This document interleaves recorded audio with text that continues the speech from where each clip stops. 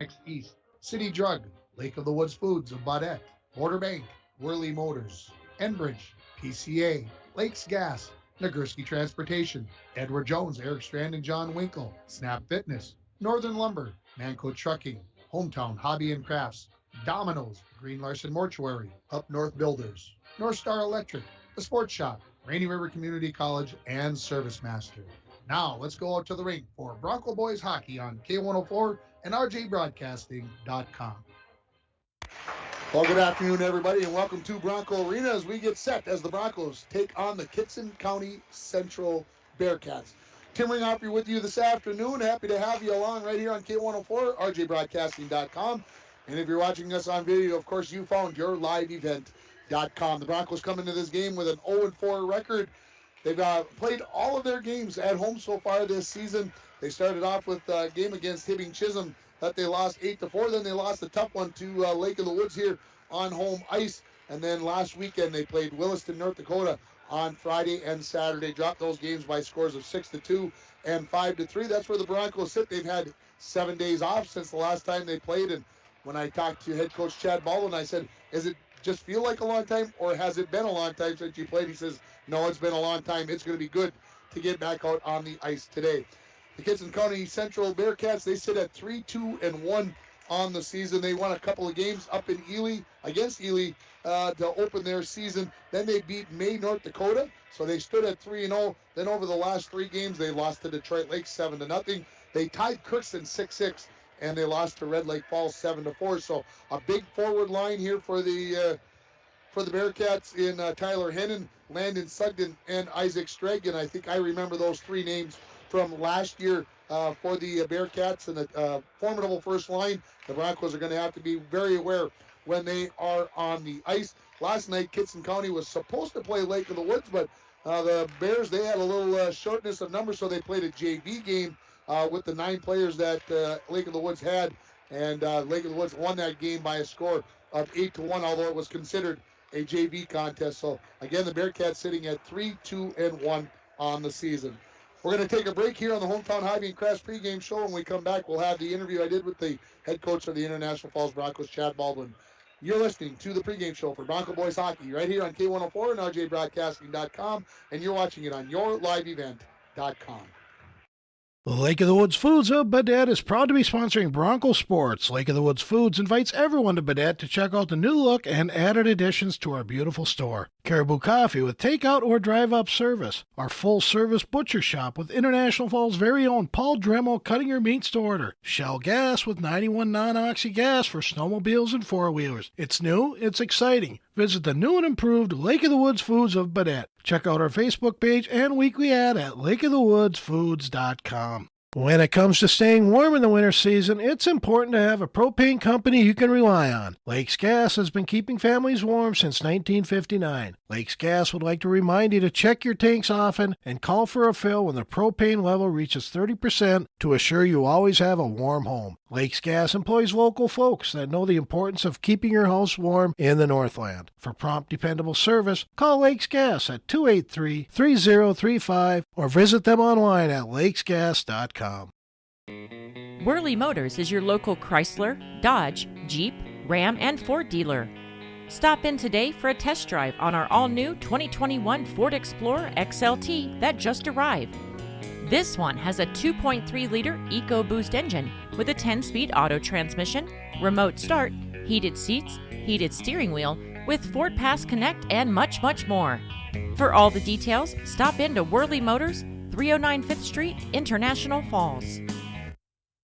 To the pregame show, joined by head coach Chad Baldwin. Coach, I don't know, has it been a long time since you guys played a game, or does it just seems like a long time to me? It seemed like a really long week. Yeah, it's been 5 days of practice, and we're itching to get back on the ice and play a game. You're itching, or the kids are itching, or both? We all are. It's a lot of practice time together, so we want to go beat up on somebody else. I love that. Talk a little bit about it's been since the first game of the year since I've seen you play. Talk about how the team has improved over the course of the 4 games. I think we're making some strides. Like most years at the beginning of the year, sometimes you might start out a little bit slower than you want, but boys been working hard in practice. Been working on our special teams a lot. 5-on-5, I think we've been playing really good. We got to try to stay out of the box a little bit more than we have, and that's why we've been working on our special teams a lot. So hopefully we can get that squared away, and I think we should have some more success if we can do that. We've talked on Coach's Corner with the kids and everything else, and they talked about the fact that this team needs to be physical. Do you have to learn to accept that there's going to be a few more penalties because that's the way you're playing, that's the style of hockey that you're playing? Right. I think if you're going to play physical, sometimes you're going to take a few penalties, but you can't cross the line, right? We talk about being on edge, but you can't cross the edge. So if you're going to play physical, you got to do it smart. Make sure the hit's there. You're not just running around looking for it, but if it's there, that's what we need to do. We need to play physical. What do you kind of feel like maybe is the best part of the Broncos game now? Is it in the forward line, is it in the back end of the defense, or is it in between the pipes? Well, I think it's a pretty good mixture. We made some adjustments against Williston on day 2, and we played a really good game. I think we outshot them by a dozen shots. They had a really good goalie, but we tightened up our neutral zone a little bit, having our D close the gaps a little bit, and our forwards are forward checking hard. We got our second guy helping out a little bit more than we were initially. So, and I thought Diego and Carter both have played pretty good, made some good saves. So, like I said, if we can stay out of the box and we can get our power play clicking a little bit, I think we're gonna have some success. Did you drive over to Badette last night and do a little pre-scouting? No, I didn't do that. But the last few years we always have pretty good games with Kittson, and they have a couple pretty high-end players that we're gonna have to shut down, but should be a good matchup.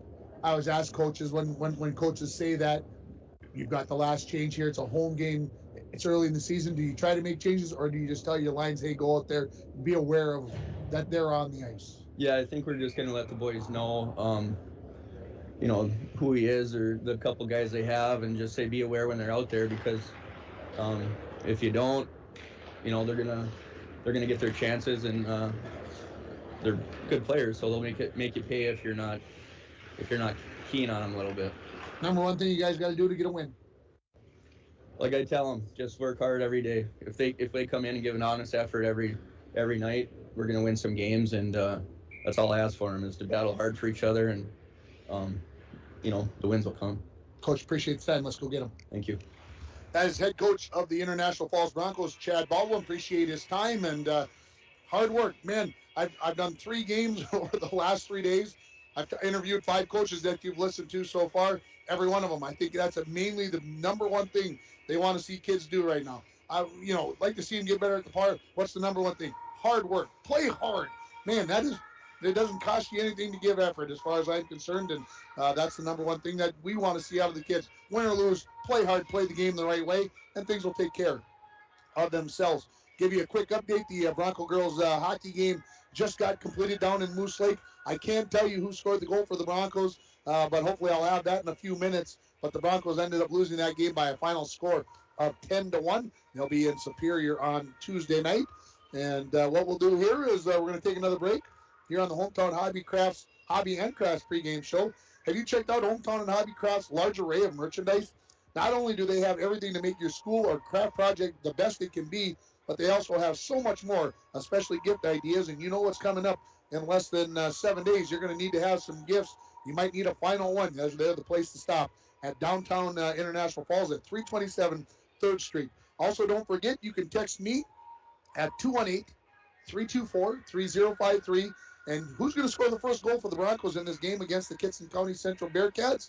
And while you have your phone out, why don't you order lunch up from Domino's? You can give them a call at 283-3444, or you can order online to get your favorite pizza, chicken wings, pasta, or a sandwich. The winner gets a $5 gift certificate to Domino's. So again, 218-324-3053. Text your guest there on who you think is going to score the first goal for the Broncos in this game this afternoon. We're going to come right back with the interview I did with the head coach of the Kittson County Central Bearcats. That is Jack Deere. You're listening to the Hometown Hobby and Crafts pregame show on K104 and online at rjbroadcasting.com, and you're watching it on yourliveevent.com. Falls International Airport is an economic engine for our area. Daily commercial flights, along with private aviation, brings visitors from across the country to do business with local firms as well as vacation here. And the airport provides access for local residents to connect to the world as well as a wide variety of job opportunities. The new airport terminal makes travel comfortable, convenient, and many times cost competitive. Falls International Airport, giving you another travel option and strengthening the economic fabric of our community. TrueStar Federal Credit Union opened our doors in 1960, and from that day on, our commitment to the members and community has never wavered. As a member-owned financial cooperative, our mission is to deliver innovative products and provide exceptional experiences, allowing you to reach your financial aspirations. Whether you are looking to open your first savings account, buying your first home, or send your child to college, TrueStar is here to help you take the next step in your... A message from CAPE, Kittson Area Prevention and Education. The 2021 International Falls Positive Community Norm Student Survey found that most students agree that vaping are using up and down. Had some. We've had a couple COVID cases, so missing some players, some starting varsity, some JV. So it's been up and down so far, but hopefully we can get back on track now and keep going. Disappointing to lose the game from last night that you're supposed to play in Badette? Yeah, it was supposed to be a varsity game. Got switched to a JV game. They had some players out, too many for varsity, and so kind of made it a JV game. Yeah, it was a disappointing loss, but hopefully we can pick up from there, or keep going forward. Talk about the kids who lead your team. Yeah, we got definitely, a solid first line. Definitely the main players in our team. Just still got work to do though, and keep going from there. What would you like to see your team improve on as we go into the new year? Mainly teamwork, I guess. Playing together as a team and making sure we use all 5 players instead of just 1 or 2 on the ice. What do you know about the Broncos? Not much. Not much. No, we're a ways away. So, yeah, mainly worried about our section, but yeah, good to get another game and see how it goes. Coach, appreciate the time. Best of luck. Thank you. That is head coach of the Kittson County Central Bearcats, Jack Deere, and a little bit of a rush there. That interview very short. He was thinking about the game. He had to help out with the JV, so he was on the bench during the JV game, and appreciate the time he gave me and gave me some the starters and everything else as we get closer and closer to this start of this game. Again, a reminder to give me a text at 218-324-3053. Text me your selection on who you think is going to score the first goal of this game for the Broncos. And while you have your phone out, why don't you order some pizza? Why don't you order some chicken wings? Maybe a little pasta, maybe a sub from Domino's. And that number is 283-3444. Or if you go online, just hit Domino's.com. It'll take you right where you need to go. The winner receives a $5 gift certificate to Domino's. It's time for our keys to the game, brought to you by Edward Jones, Eric Strand, and John Winkle. There are keys to the game, and there are keys to making wise financial decisions for your future. Let Eric Strand and John Winkle help you make those choices. Stop in and see them at 445 4th Street in downtown International Falls, or call them at 283-6464. Edward Jones is a member, SIPC. Folks, I look down at the numbers. One thing that I want to see the Broncos do, I want to see if they can shut these Bearcats down. They've given up 8, 5, 6, and 5 goals in the games. I'm not saying it's impossible to win games, because you can win them 7-6, you can win them 8-5, but I'd like to see the Broncos hold the Bearcats to 3 today. If you hold them to 3, they're going to get a win today. They'll get their first win of the season. So to me, shutting down that first line that has been mentioned by both coaches, but keeping the team in check and doing those things, that is the key to the game. Defense today for the Broncos. Let's hold them under 3 or under, and let's get a win here against the Bearcats. We'll take another break here, and we'll come back with more from Bronco Arena. You're listening to the Hometown Hobby and Crafts pregame show on K104 and online at rjbroadcasting.com, and you're watching it on yourliveevent.com. A message from CAPE, Kittson Area Prevention and Education. The 2021 International Falls Positive Community Norm Student Survey found that most students agree that vaping or using e-cigarettes is never a good thing for anyone in their age range to do, and many students disapprove of their friends vaping or using e-cigarettes. CAPE is working together to empower the communities within Kittson County to reduce alcohol and other drug use among youth and young adults. Together, we are strong. This ad has been funded by MNDHS BHD. At Packaging Corporation of America, we're proud to sustainably manufacture America's top-selling brand of paper right here at our International Falls Mill. PCA is committed to U.S. manufacturing, environmental excellence, and providing great support to the many events that make our community unique, including the International Falls Bass Championship. At Packaging Corporation of America, we make more than paper. We make a difference. Open this up. I think you girls would love this for Christmas. Flooring? Flooring! Would you guys want flooring for Christmas? Yeah. No. What kind of flooring would you like? Sparkly ones. I want sparkly and pink flooring. Brecken, what would you like for Christmas? Dinosaurs. You know what? Kids want flooring too. Thank you and happy holidays to everyone in the borderland from Studio B Flooring. Call for an appointment 240-5599. Merry Christmas. Merry Christmas. Snow falls on an old apartment. Inside, the holiday season is in swing. On the first floor, Cokes are poured and stories shared among friends. 3 flights up, one generation passes down the family recipe to the next. So good. Inside every home, there's magic. Coca-Cola. Real magic. Enjoy the real magic of the season with close friends, family, and refreshing Coca-Cola paired with all your holiday meals. Text for our guest, the who's going to score the first goal. I've even got one from Johnson Oil Company, I believe, out in western Minnesota. I'm not sure who's going to score the first for the Broncos, but for KCC, I think it's going to be Landon Sugden or Hayden Osanowski. So, hey, it's good to hear that everybody's listening out there and that we are on the air. Sorry for hitting the connect button a little bit late, but we got you on time here for the game as we get closer to game time here as the Broncos get ready to take on the Bearcats. The referees are just coming back out, going to put the nets in place, and we got about a minute left on the clock, and once that is gone, I think we'll get players out onto the ice. A couple of games going on Bronco-wise today. I mentioned that the Bronco girls lost by a final score of 10-1. I'm waiting for the score sheet from Coach Aaron Hall so I can tell you who scored that goal for the Broncos. And then for the boys swimming and diving team, they had their home invitational meet, Mesabi East and Rockridge. Yet to get any results from that, as that meet probably is just getting over right about now. So maybe during the game, maybe in between the periods, we might be able to run down some results from that as well. Either way, we'll have it for you on the sports on Sunday morning, or on Monday morning, or you can check it out online on Facebook and on Twitter as I try to keep you as best up to date there on those pages out onto the ice. Come the Broncos are scheduled for next week. We've got 2 basketball games on the air. We are going to have Bronco boys basketball at home against Big Fork on Tuesday, and then we're going to have Bronco girls basketball on the road on Thursday as they travel to Deer River. That will wrap it up from that part of it. And over the Christmas break, we're going to have a basketball game and 2 hockey games, as we'll have the Bronco girls versus Little Fork on Tuesday the 28th, and then we're going to have Bronco boys hockey from War Road on Thursday evening and on Friday, as they will be taking on, oh my goodness, how can I forget, Mandan from Grafton, North Dakota. Holy smokes.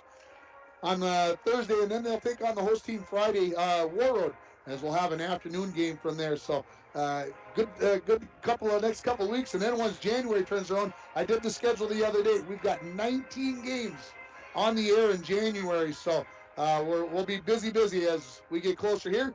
Teams done with their skating, and the school song is all done. Let's give you the starting lineups, brought to you by the Sports Shop in downtown International Falls for honest service and fair prices on bikes, hockey equipment, and how about snowshoes? Have you thought about getting out and snowshoeing? A different way maybe to get out and enjoy the great Northland here. You've had your opportunity to go ice fishing, snowmobiling. Have you thought about snowshoeing? Stop and see Milt and Charlie down at the Sports Shop. They'll get you all fitted up. They've got snowshoes for kids and adults alike. So stop there and see them. Let's start with the Bearcats from Kittson County Central. Starting in goal will be number 30, Isaac Lingard. And that is he's a sophomore on the defense. An 8th grader, Gavin Johnson. and number 10, Hayden Osanowski, a junior. On your wings, number 23, Langdon Sugden, and number 6, senior Isaac Strike. And your starting center is going to be a junior, number 9, Tyler Hennon. Looking over at the International Falls Broncos, starting in goal will be number 30, senior Carter McBride. Starting on the defense will be number 10, Matt Worley, and number 15, Cody Joslin. Both of those guys are juniors. On the forward line, on the wings, you'll have senior Cameron Schultz on the left-hand side. On the right-hand side, you'll have senior Colin Koshik. And right down the middle of the ice, your starting center, number 22, Captain Parker Savonin for the International Falls Broncos. We must have listenership and viewership must be up today because a slight crowd here. Very few people here today. But, hey, everybody could be out getting their Christmas shopping done, Christmas parties, family. So if you're listening to us or you're watching us, we're happy to have you along, happy to be able to bring you this game this afternoon on K104, rjbroadcasting.com, and yourliveevent.com. We'll take a final break here on the Hometown Hobby and Crafts pregame show. Remember, Hometown Hobby and Crafts has a large array of merchandise, and not only do they have everything to make your school or craft project the best it can be, they've got so much more, especially for gift ideas. Stop and see them at 327 3rd Street in downtown International Falls. We'll take a final break. You're listening on K104, rjbroadcasting.com, and you're watching it on yourliveevent.com. It is the Red Tag Bonus Cash event going on now at Ekman GM of International Falls. New inventory coming in every day. Check this out. The new 2022 Chevrolet Silverado 1500 LTD Crew Cab, standard box 4-wheel drive, MSRP $59,925, sale price $59,425. And this one, new 2022 Chevrolet Colorado Crew Cab, long box 4-wheel drive, MSRP is $42,290. Chevrolet, find new roads. Find out more at EkmanGM.com. Rainy Lake Medical Center is proud to offer local athletes a robust sports medicine program that includes comprehensive rehabilitation for athletic injuries, post-surgical rehab, and return to sports guidance. Rainy Lake Medical Center's Advanced Concussion Management Program offers additional protection and peace of mind to athletes and parents. For more information, call Rainy Lake Medical Center Therapy and Wellness Department at 283-5420. Good luck, athletes, on a successful year from Rainy Lake Medical Center. From all of us at Enbridge, thank you. Thank you. Miigwech, and thank you for working on Line 3 replacement. Thank you to everyone who supported this project. Construction is complete on a new and safer pipeline that will deliver the North American energy that we all rely on every day. And it's done thanks to the support and hard work of thousands of people.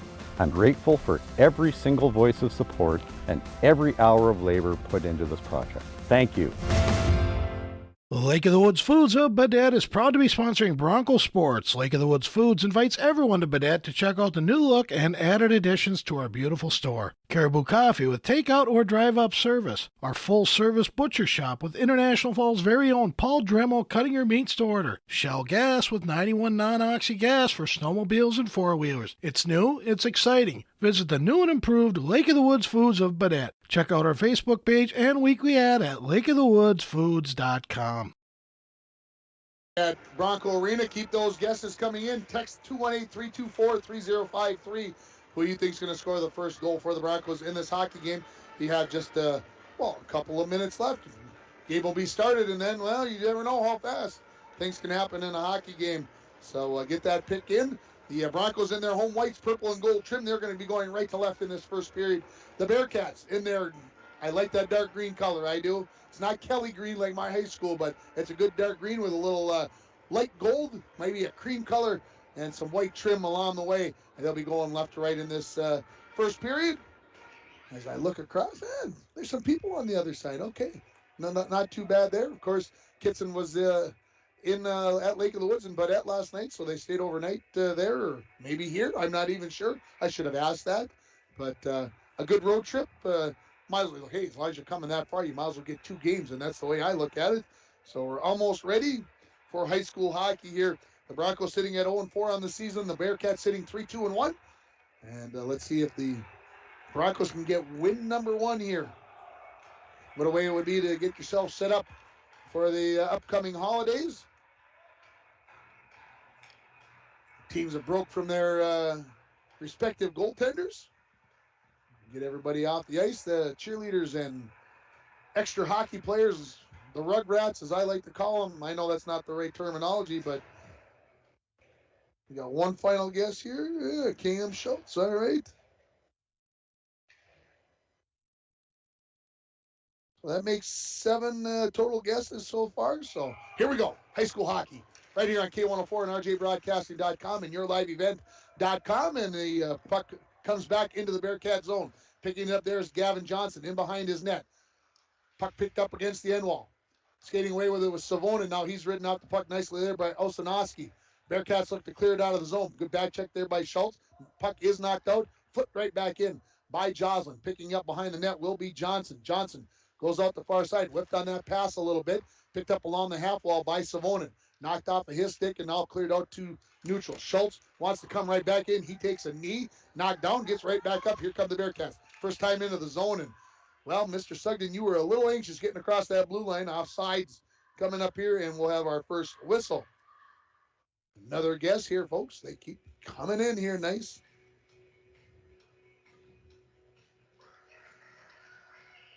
Just underway here at Bronco Arena. 38 seconds in. Face-off on the near side right here in front of us. Put back into the Bronco zone on the face-off win by Royce Allen. Glowak, cross ice, looking for Dremel. Can't connect there. Now the Bearcats back in their own zone. This is Hansen along the near wall. Flips it up. Pushed into the zone. Going to be picked up there by Streg. Streg on his backhand. Skates in behind the Bronco net. Gets into the corner. Ridden off the puck there. Loose puck picked up there and now taken away by Dremel. Dremel's paid up again the wall. Allen backhands one down the ice. That's got a lot of energy on it. And it's going to be a icing call here on the Broncos. 1:06 into the first period. No score on your Rainy River Community College scoreboard. Bearcats making their first forward line change here. Broncos look like they're going to come out with, stay with that second. No, they're going to come back out with the first line here now. Worley and Joslin, so all 5 starters back on the ice here early on for the Broncos. Face-off control by the Broncos. Fight around by Joslin. Schultz looked to tip that out, but it was tipped in by Hansen in behind the net. Picked up there by the Broncos. Worley had it stripped away. Goes into the far corner where Savonin has it. Tries to feather one up to Koshik. That's knocked back towards the Bronco net. Now against the far wall and knocked out to neutral. Skating over to pick that up is going to be Hansen. Hansen throws it off the wall right onto the stick of Worley. He throws it right back to Hansen as we play ping pong back here, back and forth in neutral ice. Broncos get it in momentarily. Now they slap it up to Savonin. He's in the near circle. Broncos go right to left in this first period. Savonin centering pass off Fred Schultz right at the doorstep, and he sent that one wide. Here come the Bearcats out to center. Picking up the loose puck is going to be Koshik. Plays it back to Joslin. Cross ice to the D. There in Worley. Savonin skating backwards. Could have got rocked his world right there, but good job by the Bearcats not putting down any unnecessary stuff there. Puck is in behind the Bearcats net, and it's going to be pinned up against the net by the goaltender Lindegaard. And we'll have a face-off to his right with 14:53 remaining in the first period. No score on your Rainy River Community College scoreboard. You can check your voyage right there at RRCC. Your future awaits you right here in your own backyard. Give them a call to sign up for spring semester, 285-7722. Allen takes the face-off against Hennon. Hennon wins that back, and the Bearcats look to break out of their zone along the far wall. Out to center. Hennon couldn't pick up that puck. Turning around is Allen. Allen skates right in with some speed. Gets below the circle, shoots sharp angle. That's off the goaltender's back and up into the netting. And we get another whistle here with 14:38 remaining. Referee looks over at both coaches. Nobody sending anybody else out onto the ice. Hennon will take the face-off against Allen again here to the right of the goaltender Lindegaard. Nobody yet to control it. It was poked towards the net. Now the Bearcats have it. They played up along the half wall. Kicked out. Hennon looks to knock it out to center, and he does. Bouncing puck pushed in by Streg. Cross ice. Picking it up there is Glowak. Gets to the red line, dumps, and the Broncos will chase after it. Getting back there first will be Johnson.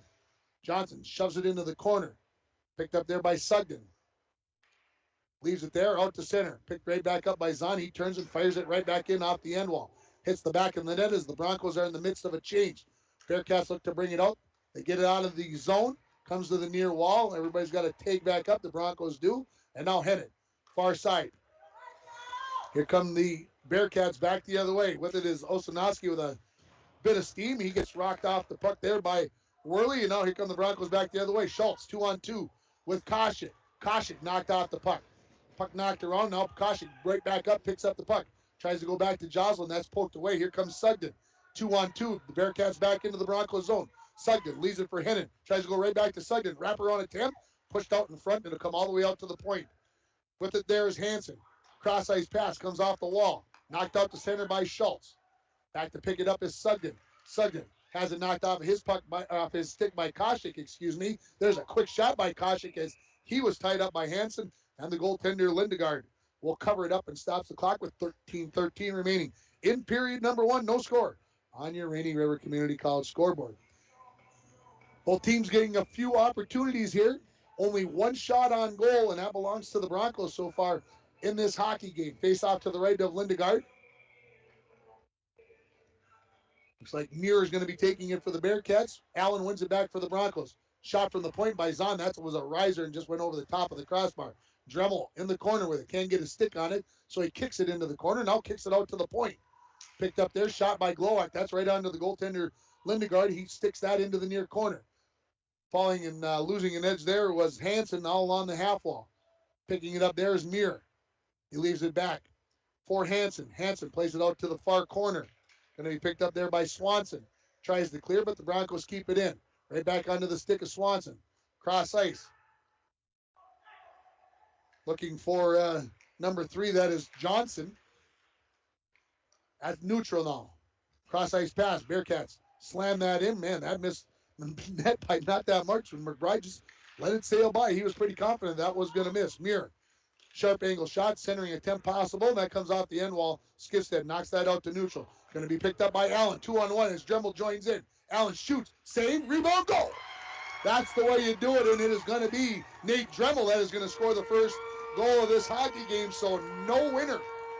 And our Dominoes gets the first goal of the game, but it is going to be Nate Dremel that is going to put it on the scoreboard. 16 is going to get the assist, and Royce Allen. This goal comes at the 4:49 mark, and the Broncos lead it 1-0 on your Rainy River Community College scoreboard.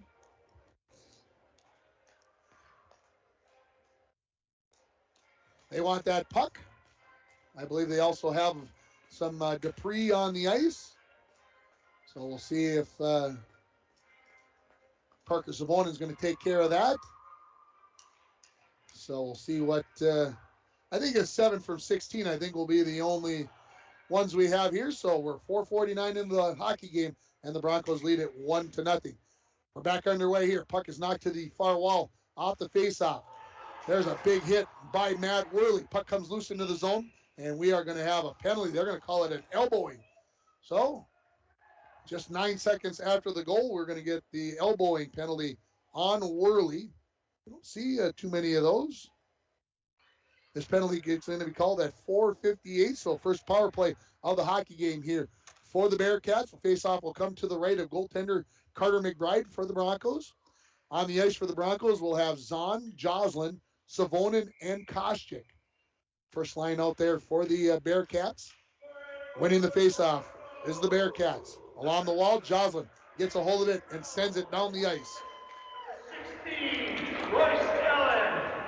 That's Dremel from Allen. So just the one assist as it goes to Allen. And here come the Bearcats the other way as they break out of their own zone after the Broncos had sent it down. Into the zone is Hansen. Leaves it along the wall. Poked along there by Osanowski. He has it in the corner. Turns back along to the near half wall. Plays it out to the point where Hennon has it. Back to Osanowski. Osanowski turns, looks at the net. Tried to go back door. That was flagged to the far wall by Joslin. Picked up there by Hansen. Hansen out to the point to Hennon. Back to Hansen along the far half wall. Into the corner. Picked up there by Sugden. Sugden goes back out towards the point. That's intercepted by the Broncos. Koshik couldn't knock it out. And Osanowski goes to the far wall. Into the corner to Sugden. Sugden waits, looking for somebody to break back door. That's Hennon. Can't get it there. Sugden just keeps it inside the blue line. Makes a move, sits in, and he shoots, and that's off the glass. Almost out of the zone, kept in there by Osanowski. His shot is flagged down there by Joslin, and he'll send it all the way down. The Broncos will get fresh penalty killers onto the ice. 45 remaining in the Bearcat power play. 10:45 in the first period. Broncos lead it 1-0. Good move there by Sugden, avoiding a check by Dremel. Comes into the zone with it. Skates into the near circle. Goes in behind the net. Center pass, shot from point blank. That misses the mark off the stick of Ethan Hansen. From behind the net, Savonin will fire it off the wall to go all the way down. And now with 20 remaining in the power play, the Broncos look like they may have erased this penalty that Worley took with the elbow. Come back the other way. Hennon quickly into the zone. Savonin strips him, picks him clean, and sends it all the way back down the ice. So that should take care of it as Worley will be out of the penalty box now. 5-on-5 hockey to the far wall.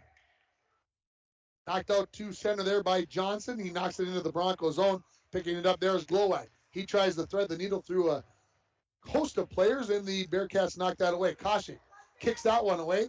Trying to get a handle on it. Leaves it for Savonin. He skates in. Takes a shot from a long distance there.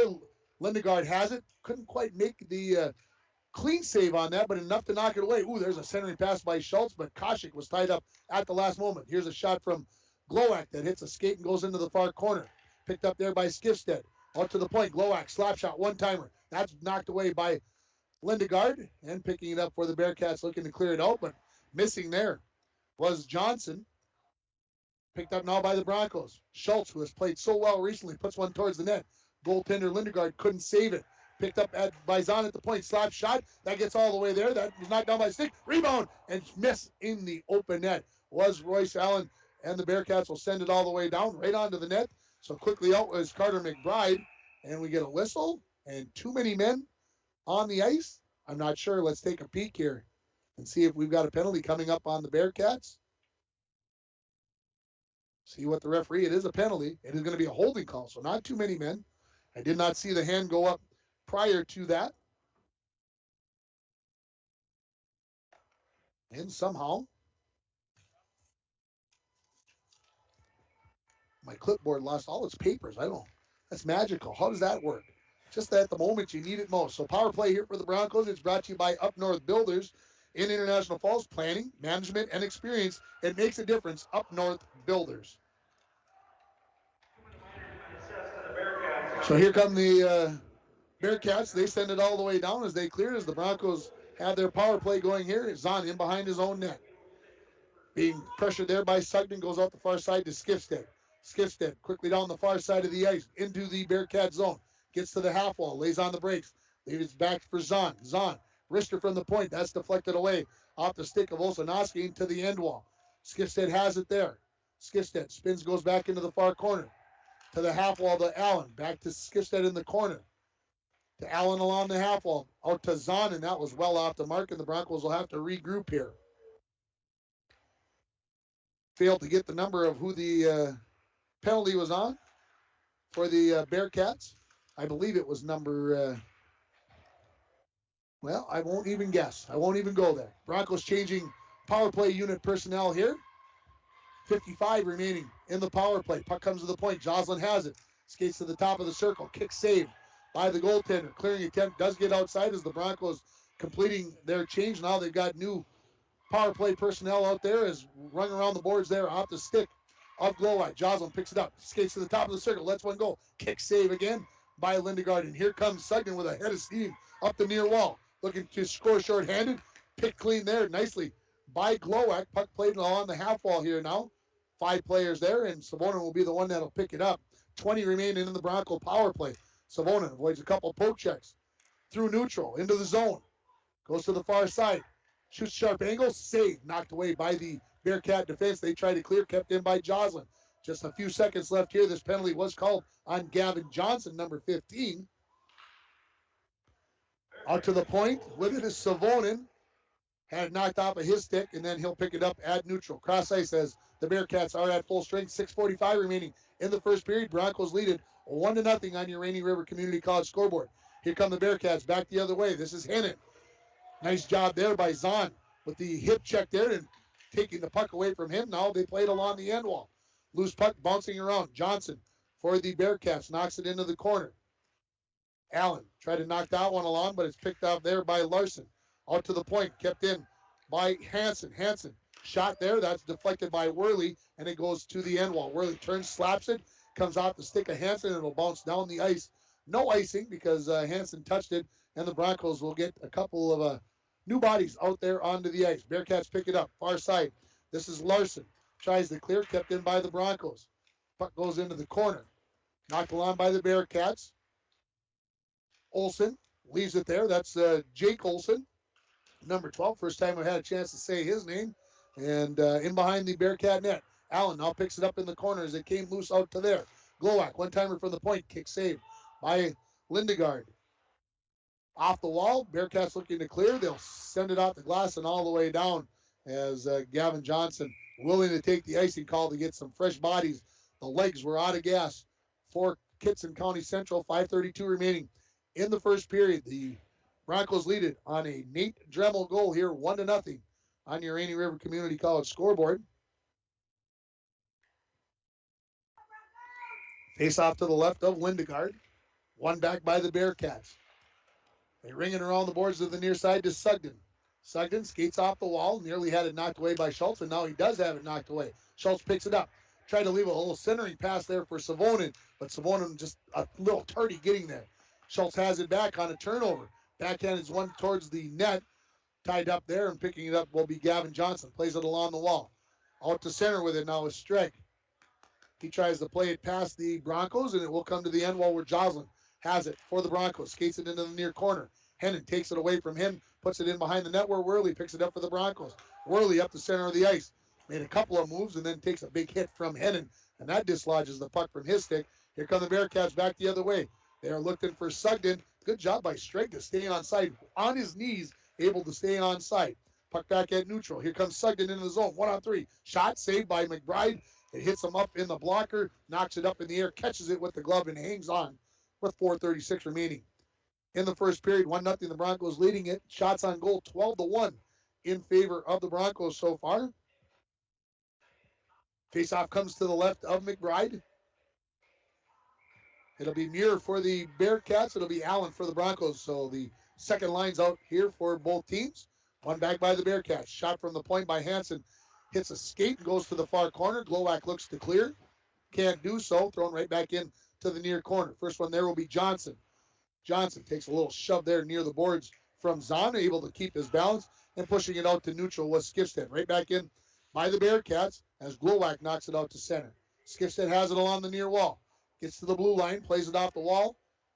Trying to get there first was Dremel, but beating him there easily was Swanson. Out along the near wall, kept in by Zahn. His wrister, right out front, goal for Allen. It hit, that shot by Zahn hit a Bearcat player. It kind of started bouncing, and Allen was standing out in the front of the net all by himself, and he gives the Broncos a 2-0 lead. So this goal comes at exactly 13 minutes. Allen's got an assist. He now has a goal. We'll give Zahn one of the assists, and we'll see if there was a second assist as well along the way. And we'll see what Mr. Glowak tells me. It is 16 from 7 and 8, so Dremel will pick up one of the assists along with Zahn. And the Broncos lead it 2-0. Off the faceoff, controlling it is Zahn. He's being pressured there by Sugden. Puck comes loose along the half wall. Now comes alongside the Bronco net. McBride flags that in behind his net. Picked up by Hennon. His centering attempt knocked away by the Broncos. Hennon, another loose puck. Here's a backhander by Sugden. That was kicked away by McBride. Another centering attempt. And clearing it away now is Zahn. Putting big pressure on here are the Bearcats after that goal. Looks like they got a little wake-up call. Schultz knocks it out to center. Right back in by Osanowski. Comes all the way around the boards to the near corner. Skating up there to pick it up is Streg. He pushes it along the wall, but Zahn looks to put it back and a turnover. Skating in with it and not able to control it was Sugden. Centering pass. Knocked down by Glowak. Into the corner with it. Along the far half wall. Hennon skates off the wall. Shoots. Saved by McBride. Rebound was laying right there, but unable to get a stick on that was Streg, and the Broncos send it all the way down the ice. Back to pick it up is Osanowski. Osanowski tried to play it out once. Second opportunity, he will get it out, and Worley will skate back to pick it up for the Broncos. In behind his own net. Pressured by Johnson. Comes near side to Joslin. Joslin to Allen, who's breaking up the near wall. Poked along. Right, knocked right out to neutral. Knocked in now by Hennon. Hennon takes a big hit from Joslin. Picks the puck back up after it was knocked off of his stick. There's a sharp angle shot. McBride comes up with the save. Knocked into the far corner. Picking it up there is Hennon. This young lad can skate. Just a junior. Knocked off of his stick out to center. Comes right all the way back down. That'll be an icing call on the Bearcats, and the clock stops with 2:15 remaining in the first period. Broncos leading at 2-0 on your Rainy River Community College scoreboard. I'm going to go back and we're going to give the, wasn't a great pass, but the pass was, the result was what we're looking for, and that is going to go to Caden Zahn for the pass of the game, and that is brought to you by Northern Lumber. Free estimates delivered to your worksite and paint matching. Northern Lumber, everything to build anything, located on Highway 53 at 307th Street in International Falls. Lots of stuff going on after that face-off back in the Bearcat zone. Now the puck in the Bronco zone. Along the wall, there's a shot from the wall by Hansen. That's knocked down by Braden Skidstead. Now the Broncos have a 2-on-2. Allen into the zone. Circle. Shot. High riser that goes up over the crossbar. Comes off the end wall. Out to neutral. Off the stick of Muir. Loose puck picked up by Glowak. Skidstead knocks that into the zone and heads for the bench on a line change. Along the near half wall. Caden Zahn overskates that. Can't put too many names in one name there, Tim. Puck out at neutral now. Kicked along back into the Broncos zone by Johnson, and Zahn will go back in behind his own net. Leaves it there for Glowak. Glowak skates out along the near wall. 1:20 remaining in the period. Glowak plays it off the wall. Savonin tried to touch that, and just before the red line, it'll be an offside call here on the Broncos. Faceoff will come to the left of McBride with 1:16 remaining in the period. Shots on goal 13-4 in favor of the Broncos. See who takes the faceoff. It'll be Hennon for the Bearcats. It'll be Savonin, so both number one lines out. Hennon pushes it towards the net, right out in front. He shot that from 4 feet, somehow sent that well high up over the crossbar. Puck comes loose at the point. Schultz knocks it out to center. Back to pick it up there is Johnson. Leaves it off for Sugden. He wheels back into his own zone. Weaves through traffic, makes a couple of moves. On the backhand, shoots, and Joslin got the stick on it at the last second to deflect it up into the netting with 55 seconds left. Wow, what a great move by Landon Sugden for the Bearcats. He came through both zones there from his own blue line and was able to get to the net. And good thing that Joslin came from the near side to go to the far side to come up with that deflection. Face off to the right of McBride. Bearcats control it. Hennon in the corner with it. Tried to make a move. Glowak knocked that down. Dremel now has it. Kicks it along. Tries to clear the zone, and he does. If this has enough to miss the net. Oh, they waved that off. Interesting. Must have hit the blue paint there a little bit. Right back the other way. Bearcats. Sugden and Glowak racing for the puck. McBride came out to play that, and he fanned on it, and it went just wide of the far post. 25 remaining in the period. Broncos want to clear. Can't do it. Hennon keeps it in. Now onto the stick of Zahn. Zahn going to skate it into the Bearcat zone. He gets pushed to the wide side. Somehow steps through, shoots. That's deflected. Hennon backhands one out to neutral. Glowak fires it right back in, and the Broncos will tag back up, and with 3 seconds left, that will take us to the end of the first period. The Broncos are going to get the only 2 markers of the first period as they lead it by a score of 2-0. We'll take a break. We'll come back with the Green Larson Mortuary in between periods report. You're listening to Bronco Boys Hockey on K104 and RJBroadcasting.com, and you're watching it on yourliveevent.com. When it comes to staying warm in the winter season, it's important to have a propane company you can rely on. Lakes Gas has been keeping families warm since 1959. Lakes Gas would like to remind you to check your tanks often and call for a fill when the propane level reaches 30% to assure you always have a warm home. Lakes Gas employs local folks that know the importance of keeping your house warm in the Northland. For prompt, dependable service, call Lakes Gas at 283-3035 or visit them online at lakesgas.com. Worley Motors is your local Chrysler, Dodge, Jeep, Ram, and Ford dealer. Stop in today for a test drive on our all-new 2021 Ford Explorer XLT that just arrived. This one has a 2.3-liter EcoBoost engine with a 10-speed auto transmission, remote start, heated seats, heated steering wheel, with Ford Pass Connect, and much, much more. For all the details, stop in to Worley Motors, 309 5th Street, International Falls. Falls International Airport is an economic engine for our area. Daily commercial flights, along with private aviation, brings visitors from across the country to do business with local firms as well as vacation here. And the airport provides access for local residents to connect to the world as well as a wide variety of job opportunities. The new airport terminal makes travel comfortable, convenient, and many times cost competitive. Falls International Airport, giving you another travel option and strengthening the economic fabric of our community. TrueStar Federal Credit Union opened our doors in 1960, and from that day on, our commitment to the members and community has never wavered. As a member-owned financial cooperative, our mission is to deliver innovative products and provide exceptional experiences, allowing you to reach your financial aspirations. Whether you are looking to open your first savings account, buying your first home, or send your child to college, TrueStar is here to help you take the next step in your financial journey. Federally insured by NCUA. A message from CAPE, Kittson Area Prevention and Education. The 2021 International Falls Positive Community Norm Student Survey found that most students agree that vaping or using e-cigarettes is never a good thing for anyone in their age range to do, and many students disapprove of their friends vaping or using e-cigarettes. CAPE is working together to empower the communities within Kittson County to reduce alcohol and other drug use among youth and young adults. Together, we are strong. This ad has been funded by MNDHS BHD. Intermission as the Broncos lead it by a score of 2-0. This first period intermission is brought to you by Green Larson. Welcome to a place to celebrate life and honor every memory. Go to their website at greenlarson.com. And the Broncos lead this game by a score of 2-0. I'd like to say that they dominated. I'm thinking what my partner in crime who's out fishing today, Mike Bolstead, would say. I think the Broncos had the better of the play. Obviously, they scored 2 goals, but you can tell that Kittson County is right on the cusp of breaking through. They had some good opportunities, some good late adjustments by the Bronco defense. I think they've played well to limit the number of shots to 4, but you can see this first line of Sugden, Hennon, and Streg.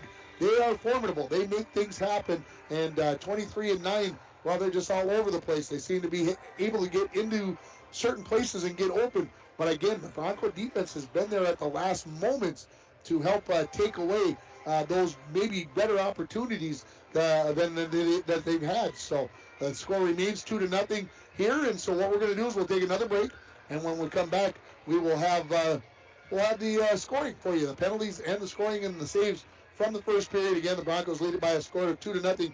You're listening to the Green Larson In Between Periods Report right here on K104 and RJBroadcasting.com, and you're watching it on yourliveevent.com. Snow falls on an old apartment. Inside, the holiday season is in swing. On the first floor, Cokes are poured and stories shared among friends. 3 flights up, one generation passes down the family recipe to the next. So good. Inside every home, there's magic. Coca-Cola, real magic. Enjoy the real magic of the season with close friends, family, and refreshing Coca-Cola paired with all your holiday meals. Open this up. I think you girls would love this for Christmas. Flooring? Flooring! Would you guys want flooring for Christmas? Yeah. No. What kind of flooring would you like? Sparkly ones. I want sparkly and pink flooring.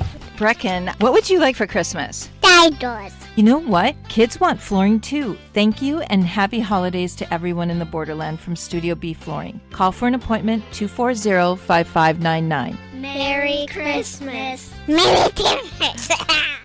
It is the Red Tag Bonus Cash event going on now at Ekman GM of International Falls. New inventory coming in every day. Check this out. The new 2022 Chevrolet Silverado 1500 LTD Crew Cab, standard box 4-wheel drive, MSRP $59,925, sale price $59,425. And this one, new 2022 Chevrolet Colorado Crew Cab, long box 4-wheel drive, MSRP is $42,290. Chevrolet, find new roads. Find out more at EkmanGM.com.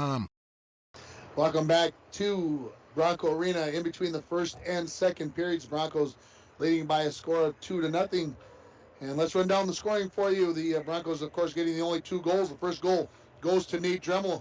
Good effort by Royce Allen to come down the near side of the ice, puts a backhander onto the goaltender, Lindegaard, and then Dremel made no mistake putting it in the back of the open net. And that goal came at the 4:49 mark of the first period. It came back the other way. Out to the point to Zahn, deflection by Dremel, and this time it was Allen that puts it into the back of the net. This goal at exactly 13-minute mark of the first period for the second goal, as the Broncos lead it 2-0. 2 penalties in that first period. One to Worley for the Broncos for elbowing. The other one was for holding, as that one was called on Gavin Johnson for Kittson County Central. Shots on goal in the first period, 13-4 in favor of the Broncos. So 4 saves for Carter McBride, the Bronco goaltender, and 11 saves for the goaltender Isaac Lindegaard for the Kittson County Central Bearcats. And that gets you all caught up on what's going on. Earlier today, the Bronco girls hockey team took on Moose Lake area. They lost by a final score of 10-1. I did get a text message, and thank you, Mrs. Bowles, for sending me that text. I appreciate it, as it was Haven Pellin who got her second goal of the year, as the Broncos lost 10-1 to Moose Lake area. And the Bronco boys swimming and diving team, they held the invitational. It ended up being a triangular with Rockridge and Mesabi East. Rockridge wins the meet with 453 points. Mesabi East edged the Broncos for second place, 317 to 303. We'll take a final break here in the Green Larson Mortuary in between periods report, and when we come back, we'll get you ready for the second period. You're listening to Bronco Boys Hockey on K104 and RJBroadcasting.com, and you're watching it on YourLiveEvent.com. Rainy Lake Medical Center is proud to offer local athletes a robust sports medicine program that includes comprehensive rehabilitation for athletic injuries, post-surgical rehab, and return to sports guidance. Rainy Lake Medical Center's Advanced Concussion Management Program offers additional protection and peace of mind to athletes and parents. For more information, call Rainy Lake Medical Center Therapy and Wellness Department at 283-5420. Good luck, athletes, on a successful year from Rainy Lake Medical Center. From all of us at Enbridge, thank you. Thank you. Miigwech, and thank you for working on Line 3 replacement. Thank you to everyone who supported this project. Construction is complete on a new and safer pipeline that will deliver the North American energy that we all rely on every day. And it's done thanks to the support and hard work of thousands of people. I'm grateful for every single voice of support and every hour of labor put into this project. Thank you. Lake of the Woods Foods of Baudette is proud to be sponsoring Bronco Sports. Lake of the Woods Foods invites everyone to Baudette to check out the new look and added additions to our beautiful store. Caribou Coffee with takeout or drive-up service. Our full-service butcher shop with International Falls' very own Paul Dremel cutting your meats to order. Shell Gas with 91 non-oxy gas for snowmobiles and four-wheelers. It's new, it's exciting. Visit the new and improved Lake of the Woods Foods of Baudette. Check out our Facebook page and weekly ad at lakeofthewoodsfoods.com. When it comes to staying warm in the winter season, it's important to have a propane company you can rely on. Lakes Gas has been keeping families warm since 1959. Lakes Gas would like to remind you to check your tanks often and call for a fill when the propane level reaches 30% to assure you always have a warm home. Lakes Gas employs local folks that know the importance of keeping your house warm in the Northland. For prompt, dependable service, call Lakes Gas at 283-3035 or visit them online at lakesgas.com. Worley Motors is your local Chrysler, Dodge, Jeep, Ram, and Ford dealer. Stop in today for a test drive on our all-new 2021 Ford Explorer XLT that just arrived. This one has a 2.3-liter EcoBoost engine with a 10-speed auto transmission, remote start, heated seats, heated steering wheel, with Ford Pass Connect, and much, much more. For all the details, stop in to Worley Motors, 309 5th Street, International Falls. Is off the ice, so we're just waiting for it to set up a little bit. I see 2 minutes up on the clock, so we've got 2 minutes before hopefully the start of the second period. Bronco boys hockey team, got to look at my schedule to make sure that I've got this right. I think they've got one game. Yes, they do have a game. This Tuesday they will be heading for Ely for a 7 o'clock game. There was thoughts about heading up to do that game, but I also recall going up to Ely, that must be 2 winters ago, to watch my son play hockey, and that metal building scares me. It scares me because that tends to leave a tough signal out of there with a Wi-Fi card. So I chose not to. I know a lot of people don't necessarily want to make that trip to Ely, but I hope you'll understand why I'm going to stay at home and do a Bronco boys basketball game that night rather than going up to Ely. I'm not afraid of going to Ely. I just want to make sure we can get a quality broadcast out for you and do all those things that we need to do. Also next week on Thursday, I'll be down in Deer River to bring you Bronco girls basketball, as they'll put, well, at least their 5-1 record on the line. They could be 6-1 by that point. We'll see how things pan out, but they're going to be taking on the Deer River Warriors in an IRC battle. Earlier today, I forgot to mention during the pregame show, the JV won by a final score of 9-0. I believe it was 5-0, 4-0 after the first, 7-0 after 2, and 9-0 was the final. These two teams have played 12 times in the past. Anybody want to make a guess out there? I'll give you a chance to think about it. Use your imagination. They have played 12 previous times. How many times have the Broncos won? 8. They are 8-4 is their record. These two teams split last year. The Broncos won the first game of the year, and the Bearcats won the last game of the year on the Broncos schedule. So again, 8-4. The Broncos 0-4 this season. Kittson County 3-2-1 on the season so far. And there's the horn telling the teams to get out here because Tim wants to get going. So does DeWitt, yeah. As they come back out on the ice for the second period. Of course, the two teams will change ends. The Broncos will be going from left to right across your radio dial. Of course, if you're watching on your live event, you don't need all that information. Huh? Looking forward to some Dominoes, yeah. I'm actually heading for almost rainy for supper. So, matter of fact, I just placed my order. I don't know how the roasted chicken is, but I'm going to be able to tell you after tonight on my first time to almost rainy. So I'll let everybody know how it is. All you got to do is ask. I'll be happy to talk about that. I know I probably should have had some barbecue, but yeah, roasted chicken sounded awfully good for some reason. So we'll see how things go. Here in the second period, the Broncos leading it by a score of 2-0. And again, it just seemed to me that the Broncos didn't dominate the period. They were just a little bit better than the Bearcats. And can I say, I don't know, bus legs, hotel legs, maybe a little bit for the Bearcats. They have a little bit of it, but let's see if they're a little bit more explosive here in this second period.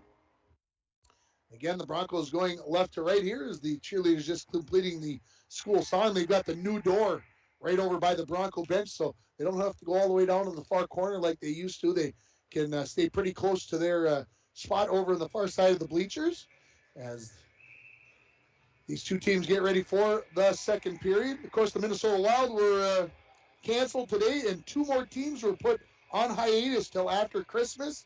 The NFL, the NBA, the NHL are having issues keeping everybody safe, so they're shutting teams down. They're moving games.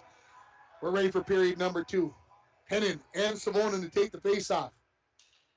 Controlled back by Hennon. To the far side, excuse me, to Johnson. Broncos pick up the puck in their own zone. Glowak up to Koshek, who turns. Backhands one all the way down the ice, and that will be an icing call as Koshek was at least a good stride short of the red line, and Dwayne's looking at it like, are you sure? He would have let that one go in his day. As a ref, yep, he's shaking his head. Yeah, I would have let that one go. I don't know what kind of camera angle we had on it, but he was definitely short of the red line, not by much. We'll get a face-off to the right of McBride. 12 seconds into the second period. One back by Hennon. Man, he picked that up. I don't know. He just swiped that like he was sweeping some snow away, and he got lots of that one. It missed the net out to center, and the Broncos will send it in. In behind his own net, Lindegaard stops it there. Johnson, and who is that? That is Koshek that collide, and now the puck comes out to center. 6 getting high, and somebody's going to the penalty box. I'm not sure whom. It's going to be an interference call, as I thought the 6 came up, and Mr. Worley for the Broncos is headed back to the penalty box, so Kittson will have their second power play of this hockey game. Penalty comes at the 36-second mark of the second period, so we'll get a face-off to the right of McBride as Worley goes to the penalty box. So the Broncos will bring out Allen, Dremel, Zahn, and Glowak to defend on the power play here. It'll be Sugden, Hennon, Streg, Hansen, and Swanson out there for the That is Osanowski. That's a 10 out of 16, Tim, when the 0 gets all stretched out nicely. So that's out there on the power play. Hennon has it at the top at the blue line, and he loses the handle on it, and flicking it out to center is Allen. Back to pick it up, Hansen. Cross ice for Osanowski. He skates back right in front of his net, now turns and goes forward into neutral. Dremel poked that one away. Loose puck for Allen. He skates back in his own zone, sends it all the way down to the far corner. So the Broncos doing very well so far on this penalty kill. And behind his own net, Osanowski leaves it for Hennon. He goes out the far side. Fires it up along the far wall. Brings it into the Broncos zone. Gets to the dot. Shoots. Saved by McBride. Rebound. Laying out there. Broncos able to clear it away. Not out of the zone. There's a shot by, by Sugden that hit some traffic and goes to the end wall. Sugden picks up the clearing attempt along the near half wall. Osanowski. One-timer Hennon. High riser that goes up over the crossbar. Comes to the point. Kept in there. Right onto the stick of Dremel. And he lets one down. And the Broncos will look to get their 2 forwards changed out here on the penalty kill, and they will get him changed. Osanowski in behind his own net. Heads up the center of the ice. Looks near side. Now goes far side. Tipped in. Hennon has it at the top of the far circle. Lays on the brakes. Sets up the power play. Takes a shot that misses the mark. Picked up here by Hansen along the near point. Backhands one to Sugden. Sugden harassed there by Glowak. Comes to the point. One-timer by Osanowski. That hit traffic. Comes up into the air. Out to the point, and we got a whistle, and the net somehow has come dislodged. So a whistle, we'll get that all settled. 14:46 remaining in the second period. 22 remaining in the power play for the Bearcats on your Rainy River Community College scoreboard. The Broncos leading it 2-0. Face off to the right of McBride. Off to my left. Schultz is going to take it. 2 number 9s against Hennon. Hennon wins it back. Hansen waits, tried to make a move, poked away by Schultz. Picking up the loose puck is Sugden. At top of the slot, shot, that misses the mark. There's a rebound off the end wall. There's a save by McBride. And a good shot there by Hansen at point blank range. Puck is knocked loose. Going to be able to keep it in is Hennon. Hennon skates into the slot, tries to make a move. Joslin knocked it away, goes to the far wall. Full strength for the Broncos. They'll send it all the way down, and unfortunately, that's going to be an icing call on the Broncos at the end of the penalty as Worley had just come out of the box. And so 14-19 remaining in the second period. Broncos leading it 2-0. Hey, if you're out on the ice, God bless you for listening while you're fishing. This has got to be the best time. It's 3:51. The last hour before dark is the best time to be fishing. So hope the walleyes are biting. And now off the face-off, Allen wins it to himself as he's got a head of steam coming up the near wall. Gets past Osanowski, backhand, shoots, save, rebound. Oh, Dremel couldn't knock it out of midair. Otherwise, he'd have had another tip in into an empty net. Joslin kept it in momentarily at the blue line, now comes out to center. Puck being knocked around. Johnson sends it along the far wall. Joslin will race back to pick that up for the Broncos. As we go past 3 minutes into this second period, Joslin tried to leave it to Worley, a little bit out of his reach. Skifstead has it along the far half wall. Flips one up into the air, bouncing out to center. Now Dremel comes in with Allen, 2-on-1. Dremel shoots, and that's a good save by Lindegaard, the goaltender. And then it's cleared away by Osanowski. Out to the point to Zahn. Zahn tried to go across ice, and Dremel knocked it out of the zone. Didn't want to do that, but that's the way things go sometimes. Koshik knocked it into the zone momentarily. Right back out, right back in. Johnson back to pick it up for the Bearcats. He knocks it into the near corner. Picking it up there is Johnson. Johnson along the half wall. Knocked back towards him by Larson, his teammate. They go back to Larson, and now Bearcats looking to bring it out of the zone. Try to clear it across ice. That was deflected away by the Broncos. And now it'll come out to center where Muir has it. Muir skates in, a long shot. McBride saw that all the way, gloves it, leaves it on the ice for Zahn. To Koshik along the near wall. Tried to go to Savonin, that's picked up, and there's going to be a penalty on Koshik as he turned around with his stick, and it's going to be the third power play of the game for the Bearcats, as Koshik will go for tripping at 4:06 of the second period. 0 for 2 are the Bearcats on the power play. We'll get a face-off to the right of McBride. The Broncos will have Schultz, Savonin, that is Zahn, number 8, and also Glowak. Controlling the puck are the Bearcats. Sugden skates in. This goalie was screened, but he missed the mark. Took a sharp angle shot from the corner, and that hit the side of the net, and the Broncos are able to flick it all the way down the ice. Lindegaard comes out of his net, settles it down for Hennon. Hennon races out the far side of his net. Up the center of the ice, now breaks to the wall. Head of steam into the zone. Gets to the point, tries to drag one in front. That was poke checked away by McBride. Hennon picks up the loose puck. Shot from there. That hit the padding of McBride and comes into the corner after it was cleared away by the Broncos. Bearcats try to go to the point. Olsonowski couldn't hold it in. 12:15 remaining in period number 2. 1:15 in the Bearcat power play. 2-0. The Broncos lead it. Here's a shot and a glove save by McBride off the stick of Isaac Stregg. And he hangs on to it. We'll get a face off to his left. Broncos will bring out 4 fresh bodies on the penalty kill. The Bearcats will stay with this same power play unit. That first line, and then Hansen and Olsonowski, that power play. They seem to stick out there for basically the entire 2 minutes. Hennon wins it back right in between the 2 defensemen, so it comes out to neutral. Olsonowski skates back into his own zone, comes towards the near wall.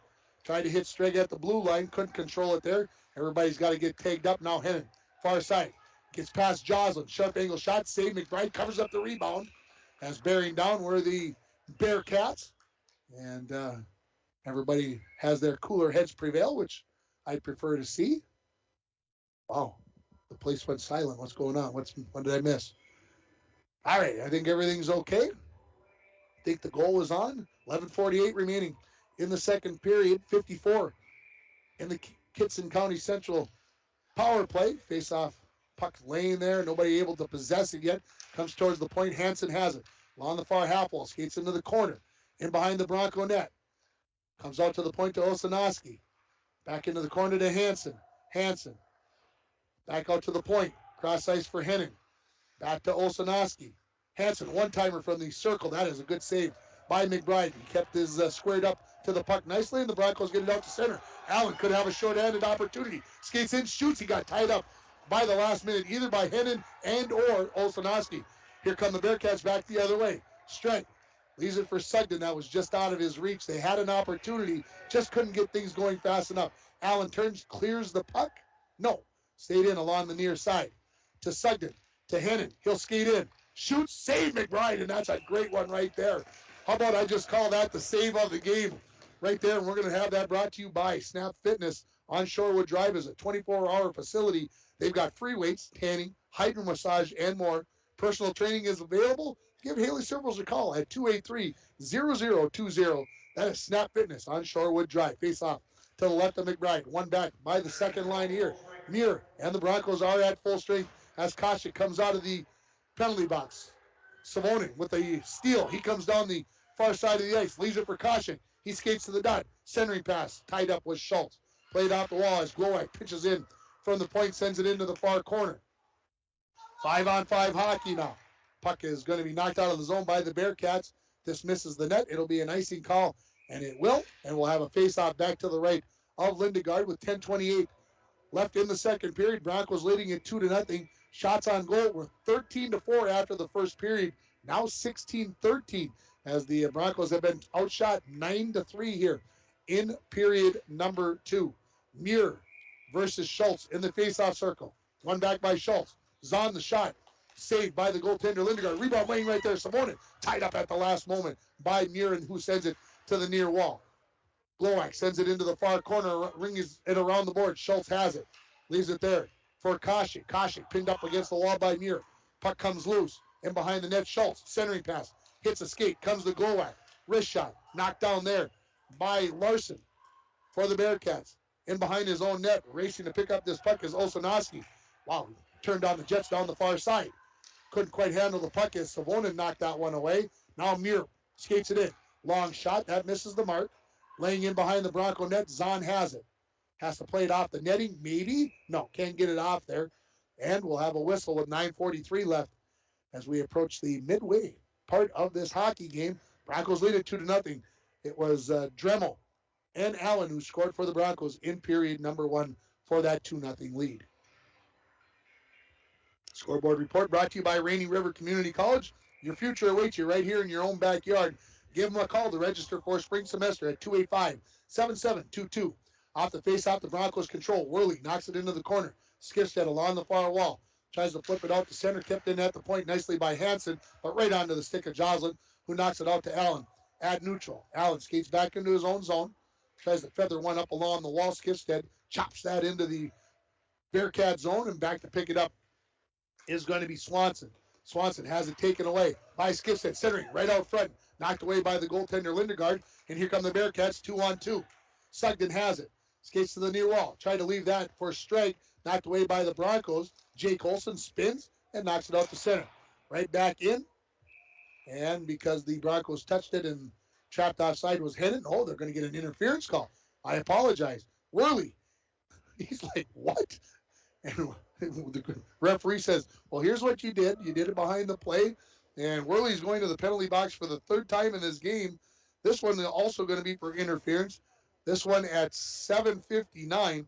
So fourth power play opportunity for Kittson County Central. And Worley's got to feel like he's got a target on the back by this referee. Did he wrong him in another life? So Broncos win the faceoff. Glowacz will send it all the way down. Race for the puck. Olszanowski will get there first. Koshik tries to create a turnover. Olszanowski plays it off the end wall to himself and gets it out to neutral. Picked up there by Hennon. Into the zone on his backhand. He'll wait for everybody to get in and set up the power play. Puck goes loose into the corner. Olszanowski pitching in from the point, picks it up there. Zahn pins him up against the wall. Puck comes loose. Picking it up there is Schultz. He loses the handle on it. Then Schultz gets it back into Koshik, who turns, knocks it off the boards and out to center. Puck laying loose there, and Koshik will finish what he tried to accomplish the first time as he sends it all the way down the ice. Back in behind his own net, Hennon comes along the near side. Headman pass looking for Hansen, and somehow Hansen just couldn't get a stick or a skate or whatever on there, and it'll be an icing call, and we'll have a face-off to the left of Lindegaard. Hansen and Glowacz chatting about, I don't know, dinner plans for after the game. I'm not sure. I thought their sticks both kind of came up, and I'm like, uh-oh, this is going to be bad. But they were just jibber jabbering. Face off won by Allen. One timer from the point by Zahn. That's well off the mark. 1:05 left in the power play. Dremel, good job on the back check there, taking the puck away. Sends it in behind the net. Nearly gets taken away from Streg. Streg plays it out to Sugden. Sugden stretches it out for Hansen, who skates into the Bronco zone along the near wall. Tries to put one to Hennon. Hennon couldn't quite control that. He did knock it back to Streg, who missed the net. And we get a whistle. And we'll get a face-off to the right of McBride. I think the goal was knocked off. It's Mike Moorings. If you're listening, Mike, that's just for you. He doesn't like the word moorings, everybody. That's why I get a chance to say that. Teams are changing out here. Let's see what we got left in the power play. 44 for the Bearcats. This is their fourth power play of the hockey game. The Broncos have had just one. Face-off one back by Hannon. He'll control it. One-timer by Olszanowski. That's well off the mark into the near corner. Sugden to the point to Hansen. Back to Sugden along the half wall. Out to the point to Hennon. Hennon, slap shot. Kick saved by the goaltender McBride. Put back out towards the point. Hansen skates along the wall. Leaves it off for Sugden. Tries to split through two Broncos. Tipped off his stick. A bouncing puck towards the net. Off the stick of Hansen.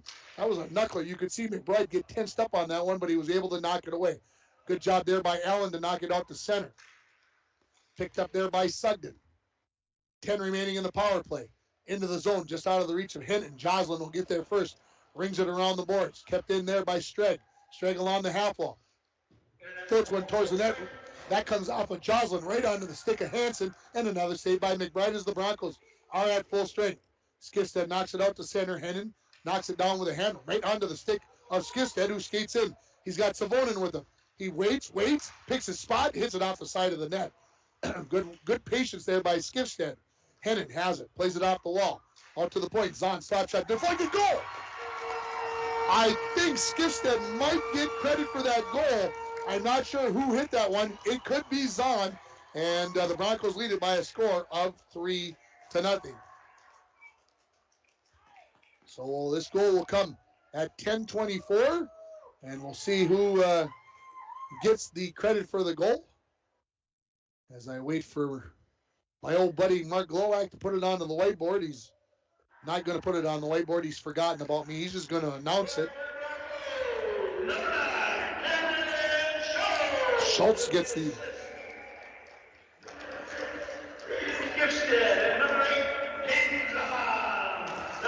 So there you go, 9 from 6 and 8, and the Broncos lead it 3-0. So Schultz from Skifstead and Zahn.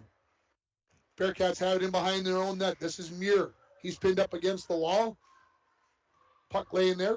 4 plays there. Now Savonin finally comes away with it. Sharp angle shot. Knocked down by Lindegaard. Oh!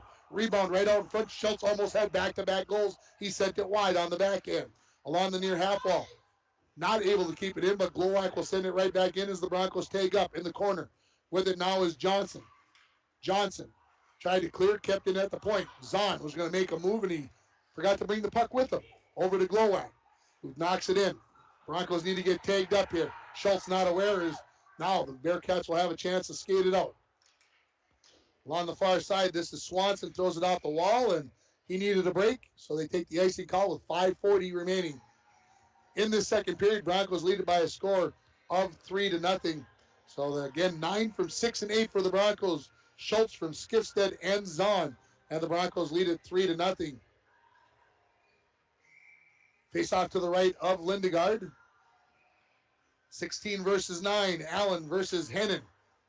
Goes to the far wall, controlled by the Bearcats. Along the near side, Worley pinches in as that puck hits something.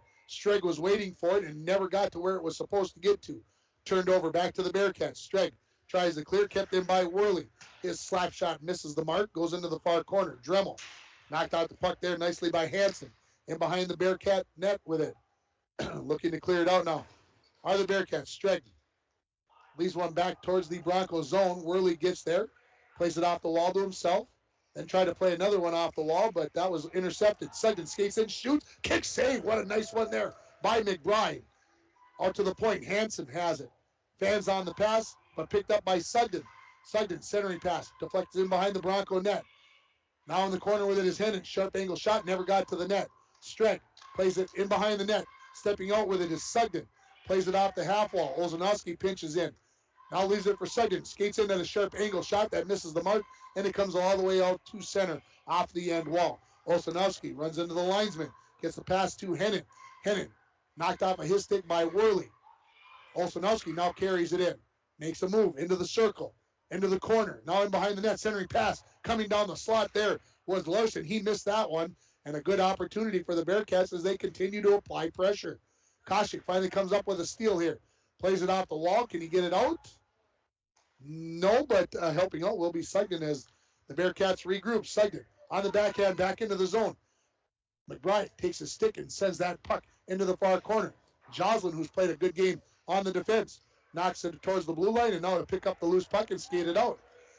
Into the zone, long shot. There's a glove save by the goaltender Lindegaard, and he hangs on to it with 3:51 remaining in the second period. The Broncos leading at 3-0.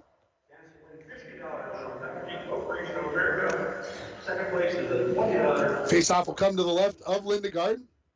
As we got a broken stick there for Olszanowski as he finishes the job. The blade getting cracked, so Hansen will come back onto the ice. Broncos have their first line out. The Bearcats have their second. Savonin wins back the face-off. Glowacz tries to throw one towards the net. That was deflected. Now he gets it to Savonin. Savonin, shot goal! Oh, it hit the crossbar. Now he puts it in for the fourth goal. Savonin, I thought it hit out of the back of the net, but hit the crossbar. He gets the rebound and makes no mistake on the second one, and the Broncos lead it by a score of 4-0. So we'll see if anybody's going to get any assists there. And we got to give that the drive to the game, brought to you by Nagurski Transportation, moving your products safe and fast. Nagurski Transportation is looking for 5 truck drivers right now. If you're interested, this is the time to get out there. Give them a call at 218-689-2064. Kevin will answer that call, and he'll gladly put you in a truck. As the Broncos lead it 4-0. Puck comes into the Bearcat zone. It's in behind their net. Savonin putting some pressure on. Puck comes loose. Glowacz. Number 22, Marker Savonin. With the assist, number 19, Ben Glowacz. And Savonin. So Savonin from Glowacz as the puck is in the corner. With it is Schultz. He makes a nice move. Goes out to the point. Zahn, shot from there. Into the glove of Lindegaard. I don't know how he saw it through all that traffic, but he got the glove on it. Stops the clock with 3:07. So the Broncos have scored 2 in the first, now 2 in the second to lead it 4-0. They've outshot the Bearcats 23-18 on your Rainy River Community College scoreboard. Start your voyage, at RRCC. Your future awaits you right here in your own backyard. 285-7722. Bearcats win the faceoff. Comes out to the point. Glowacz, a wrister from there, just short of the near post. Allen has it along the far wall. To Zahn. His wrister deflected. Backhanded shot there by Parker Olson. That comes loose into the corner. Streg looks to get it out. And unable to do so as Allen comes up with the turnover. He picks it up in the corner. Avoids a check. Tried to play it in behind the net, but that hit the referee. Puck along the far half wall. Allen picks up the loose puck, and we are going to get a trip on number 14. I thought Parker Olson was going to get called for it. I saw the stick in there. I thought they had missed it, but he got the hand up late, and another power. This is the 4th penalty on the Broncos this period. This one comes at 14:29 for the trip. And so the 5th power play of the game for the Bearcats. They're getting plenty of opportunity on the power play. And, of course, Coach Chad Baldwin and I talked before the game. We talked about too many penalties by the Broncos. Is 5 through the first 2 periods too many? Yes. Controlled by the Bearcats off the faceoff. Centering attempt, backdoor attempt as they came all the way through. And a good opportunity for Olszanowski. He missed the mark, and the Broncos cleared all the way down the ice. Savonin is going to get to the puck first. Hennon lifted his stick, took the puck away. Putting some pressure on there is Koshik as well. And the puck comes loose in behind the net now, where it'll be picked up by Olszanowski. In the corner. 2 minutes remaining in the second period. 1.5 remaining in the power play. Worley gets a turnover and fires it all the way down the ice. If anything, the Broncos have got to work on their penalty kill, and they've done a pretty good job here so far. Hennon from behind his own net, cross ice, looking for Hansen. They can't meet up. Loose puck picked up by Sugden. Now, Sugden skates in, makes a move. That's poked away by Joslin. Sugden picks up the loose puck in the far circle, looking for Hansen. Oh! McBride from one pipe to the other and got the blocker on that one to knock that one away. That one was destined for the back of the net. Out to the point, kept in by Hennon. Top of the circle, shot. McBride didn't see it, but he got it right in the midsection, and he hangs on to the rebound with 1:22 left in the period. 52 in the power play, so a 30-second differential. I probably should have been able to do the math on that previously. That makes me angry when I don't do that. Face-off will come to the right of McBride. It'll be Allen versus Hennon in the face-off circle. Nobody yet to control. The Broncos take a piece at it and swipe at it, and they knock it out. Back to pick it up. This is Elijah Swanson along the far wall, tipped in by Streg. Puck will come in to the end wall. Race for the puck. Zahn got there first, but taken away by Hennon. Now Zahn takes it right back out. He fires it all the way down the ice. 1 minute remaining in period number 2, as Olszanowski has it behind his own net. Allen pressuring him. Now on the back check. Olszanowski makes a move at the blue line. Everybody's on side. Allen comes up with the turnover, but he can't clear. Hennon, wrist shot all the way to McBride, who knocks that into the corner. Back in behind the Bronco net. Glowacz gets there. Fires at it. It hits something weird over there. The door, I suspect. And it comes bouncing out at a weird angle to neutral. Bearcats look to play it back in. That's knocked away by Dremel. And Nate sends it all the way down. 30 seconds remaining in the period as the Broncos are now at full strength. And Lindegaard said, I'm not taking any chances with that bouncing puck. I'm going to cover it. Well, I'll take the face-off to my right with 27.5 seconds left in the second period. Stay tuned for the Green Larson Mortuary in between periods report. We'll get you all caught up on what's happened through the first 2 periods. And who knows what else we'll come up with. Face-off won by the Broncos. Schultz won it back to the point. Joslin sends it in. Behind the net. Schultz had it, then knocked away by Muir. Puck in the corner now with 15 remaining in the period. Along the wall. This is Johnson. Gets it out to center. Onto the stick of Carter Larson. Larson tries to come into the net. Tried to jump over the top of Worley as Worley came up with a nice defensive play and gets a lot of applause from the crowd. And well, he should. That is going to bring us to the end of the second period. With the score, International Falls 4, Kittson County Central 0. We'll take a break and we'll come back with the second period intermission brought to you by Green Larson Mortuary On the other side of this break, you're listening to Bronco Boys Hockey on K104, rjbroadcasting.com, and you are watching it on yourliveevent.com.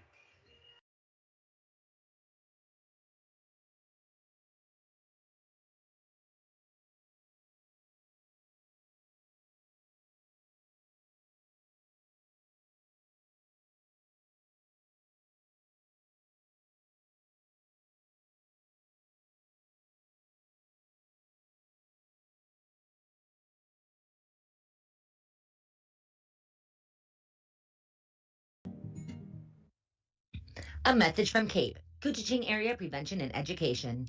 The 2021 International Falls Positive Community Norm Student Survey found that most students report that their parents would feel it was wrong for them to drink any amount of alcohol and that their parents would not allow them and their friends to drink alcohol at home.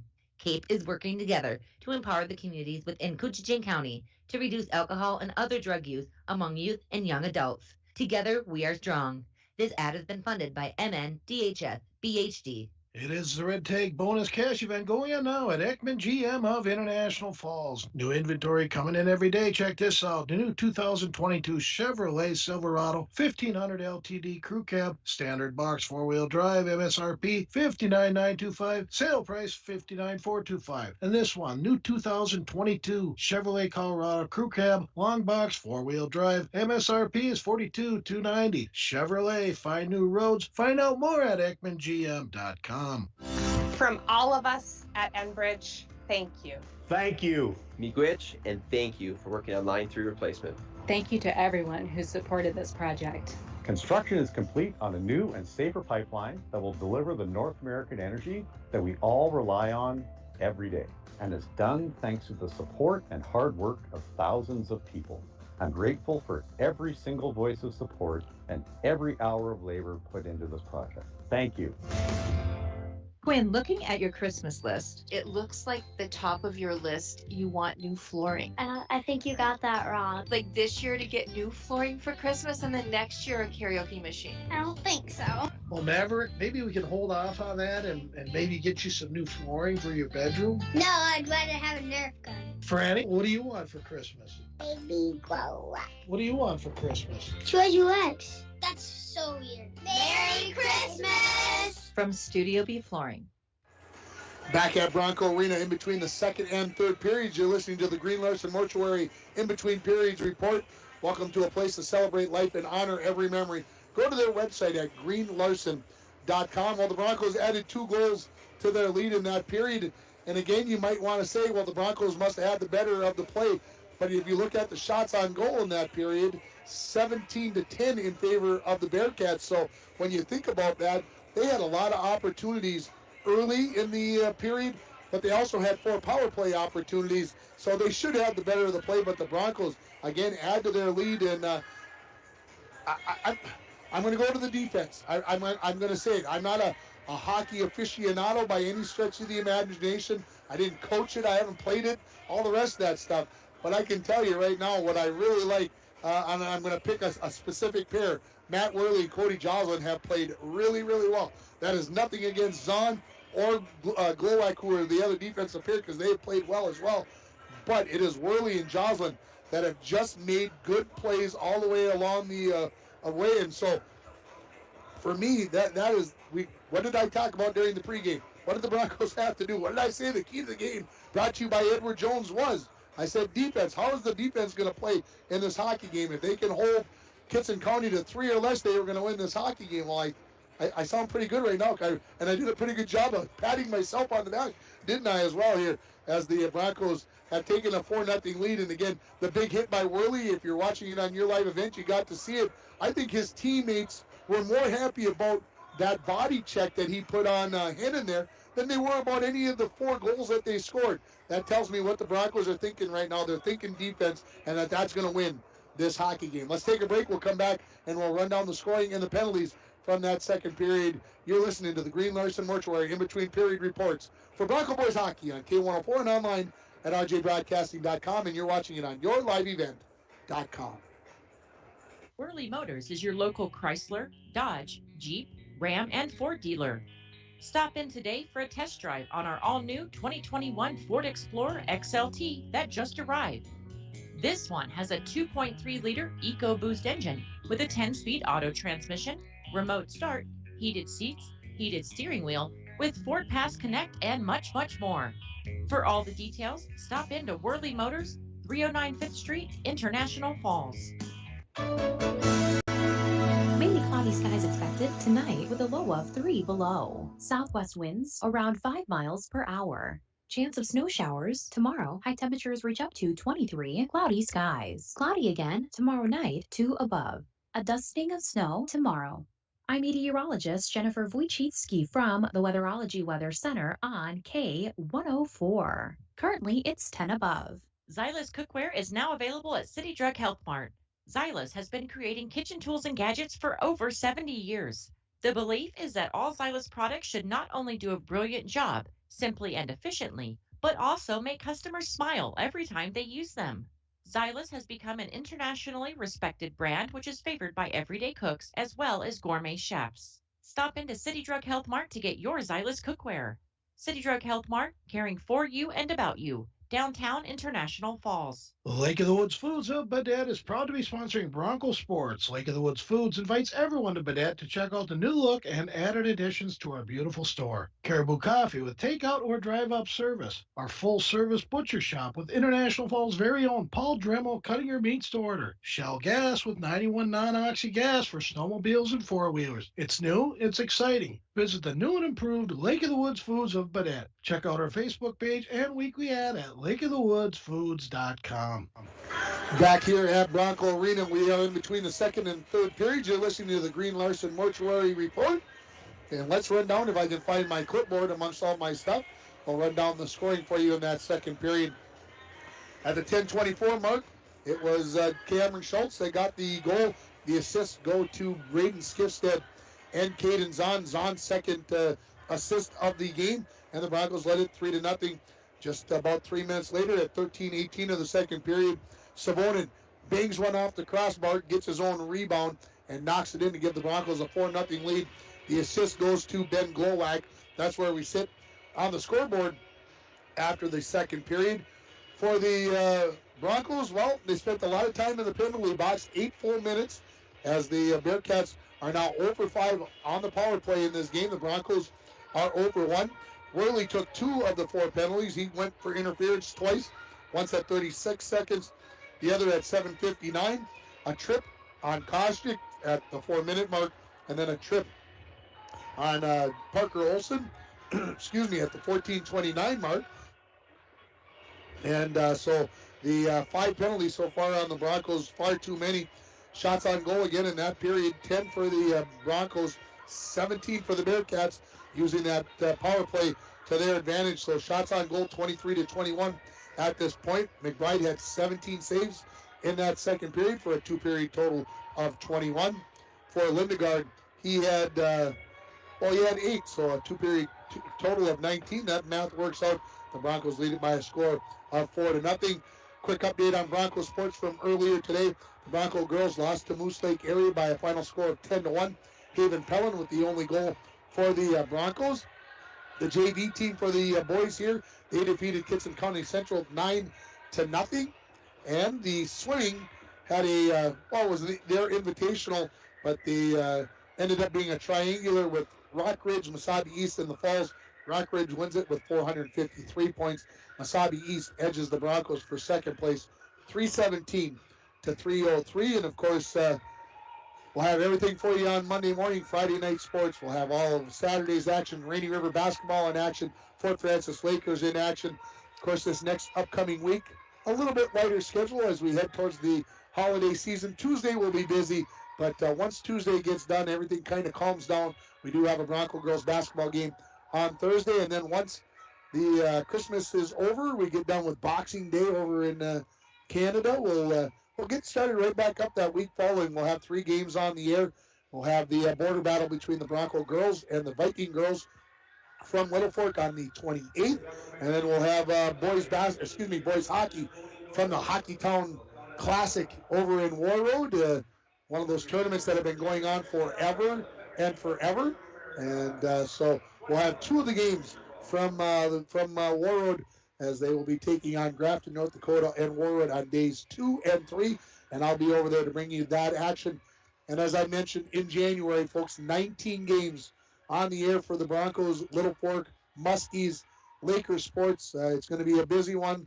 And I haven't even noticed that it's winter outside, except for the driving that we've had going on. Chuck-a-Puck is just going to get started, so we're going to take a final break. And then we'll come back with the third period. The Broncos lead it by a score of 4-0. You've been listening to the Green Larson Mortuary In Between Periods Report right here on K104 and RJBroadcasting.com, and you're watching it on YourLiveEvent.com. Voyagers is a water-based park. You cannot drive a car to see Voyagers.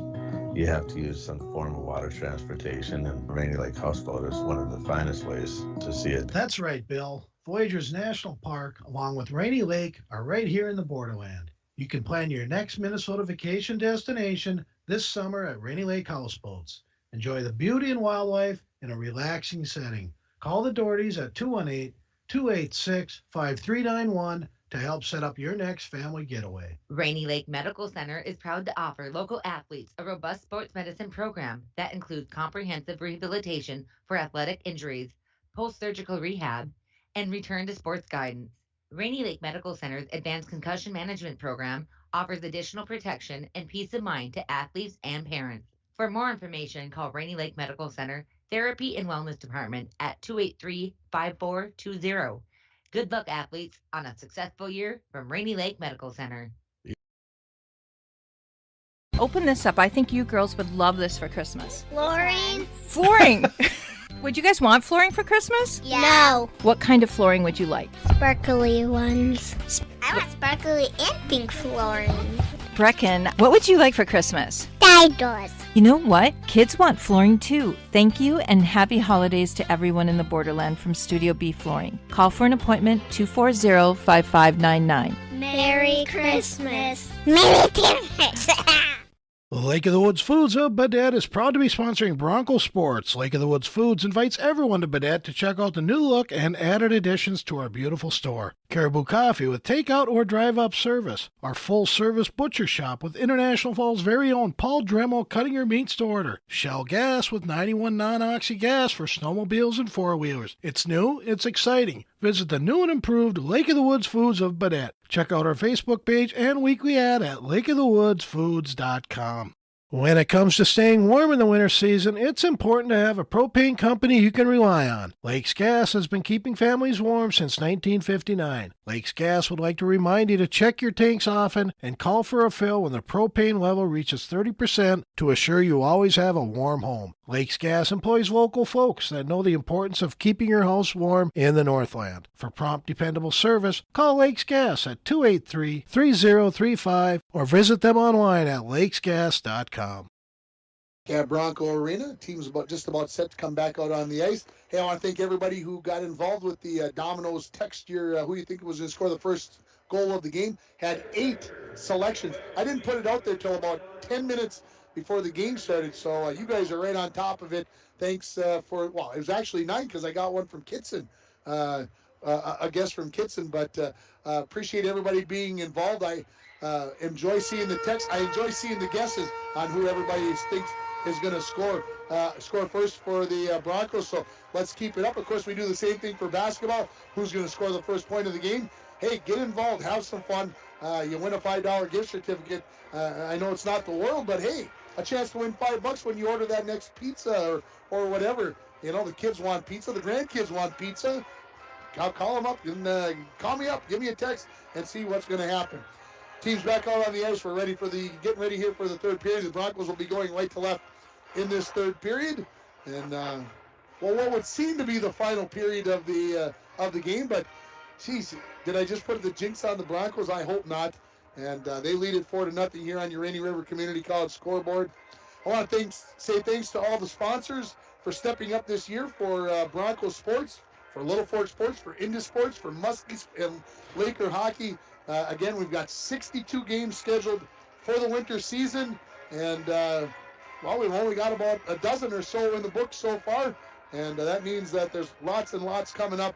Of course, I hate to start thinking, but You know, the playoffs are only right around the corner, right? Pretty soon it'll be March Madness. Or is it too soon to be thinking, maybe a little. Maybe I'm pushing it a little bit. I don't know.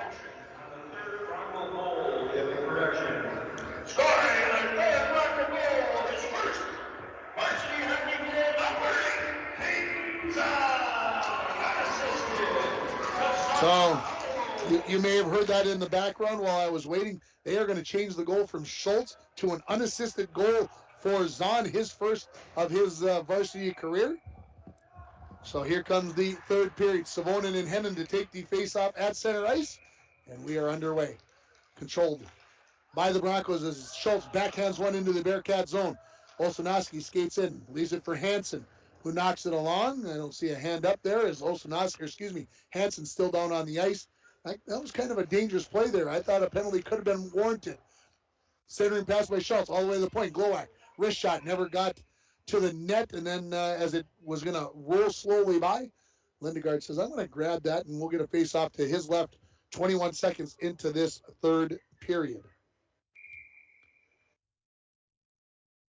Hennon and Savonen will do it all over again.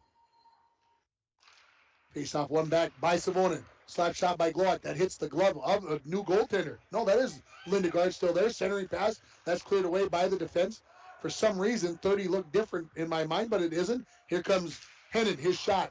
That's sticked away by McBride. Picked up by Glowak. He tries to clear. That's intercepted by Sugden. He shoots one that would have gone over the top of the goal, but McBride gloves it, hangs on to it 43 seconds into the third period. Score remains 4-0 on your Rainy River Community College scoreboard.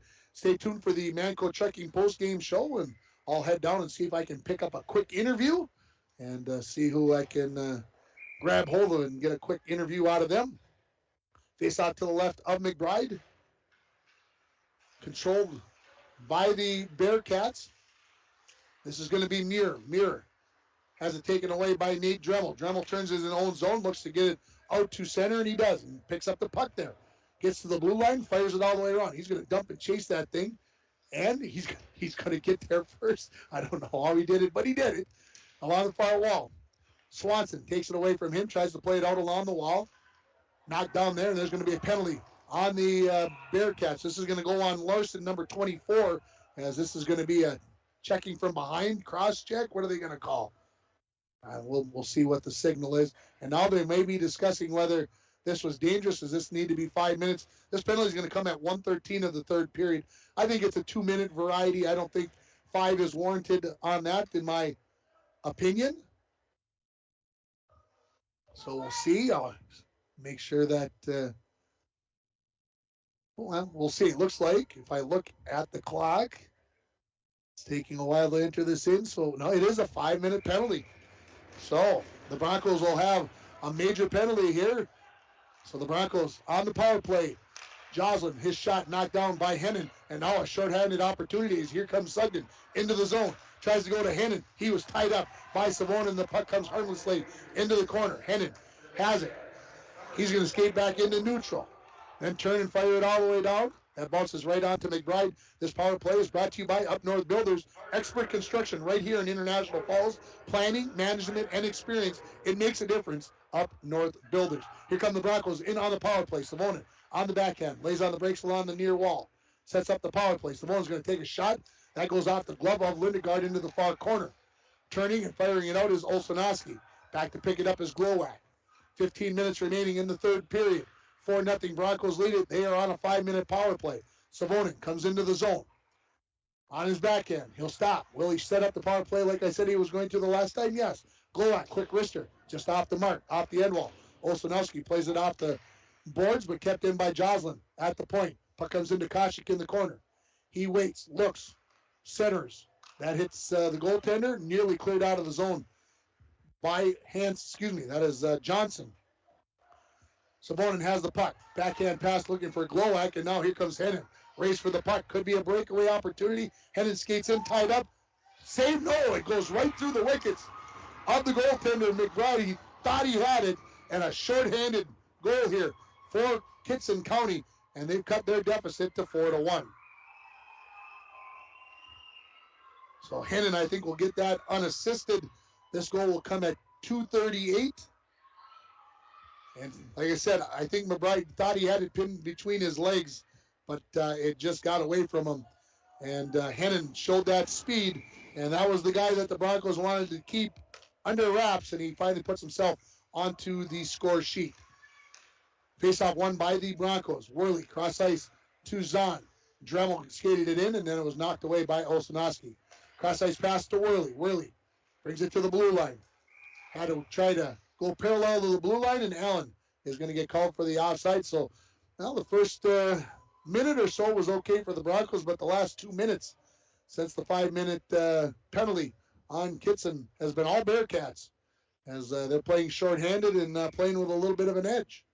Face off just outside the Kittson zone. Allen tried to knock that one past Hennon, and now he's going to skate into the zone. Gets knocked out the puck momentarily. He races in behind. Centering attempt. That's going to come out to Hansen. Shot. There's a blocker save by McBride. Maintained his cool. Bearcats continue to put the pressure on. Ooh, that puck came out. McBride was heading to his right. It was on his left. Fortunately, the Bearcats missed the open net. Sugden to Hennon. He skates in. Tried to make a move. He was picked clean there by Zahn. Dremel plays it off the wall. That's knocked away by Sugden. Right back onto the stick of Zahn. Cross ice for Glowak. Glowak skates up the far wall into the zone. Into the corner. Behind the net. Now into the near corner. Comes out to the point. Going all the way around. Now leaves it for Kasha in the corner. This is Allen. Skates to the dot. Let's go with a wrister. That's knocked away by the goaltender, Lindegaard, and knocked all the way down the ice. 2:20 remaining in the 5-minute power play for the Broncos as Golak picks it up from McBride. Goes up the far side of the net. Along the wall, the Broncos have not looked good on this power play at all. Going to be sent right back down. Boy, Streg was almost going to get set free on that one. Fortunately for the Broncos, they were able to intercept that pass. Turning and throwing it all the way down the ice are going to be the Bearcats. This is right on to McBride, who turns that for Glowak. Glowak comes up along the near side. Broncos look like they're skating in, I don't know what, sludge. Koshik now turns it up a little bit, in behind the net, all the way to the far half wall. Leaves it in the corner for Schultz. Schultz leaves it for Zahn.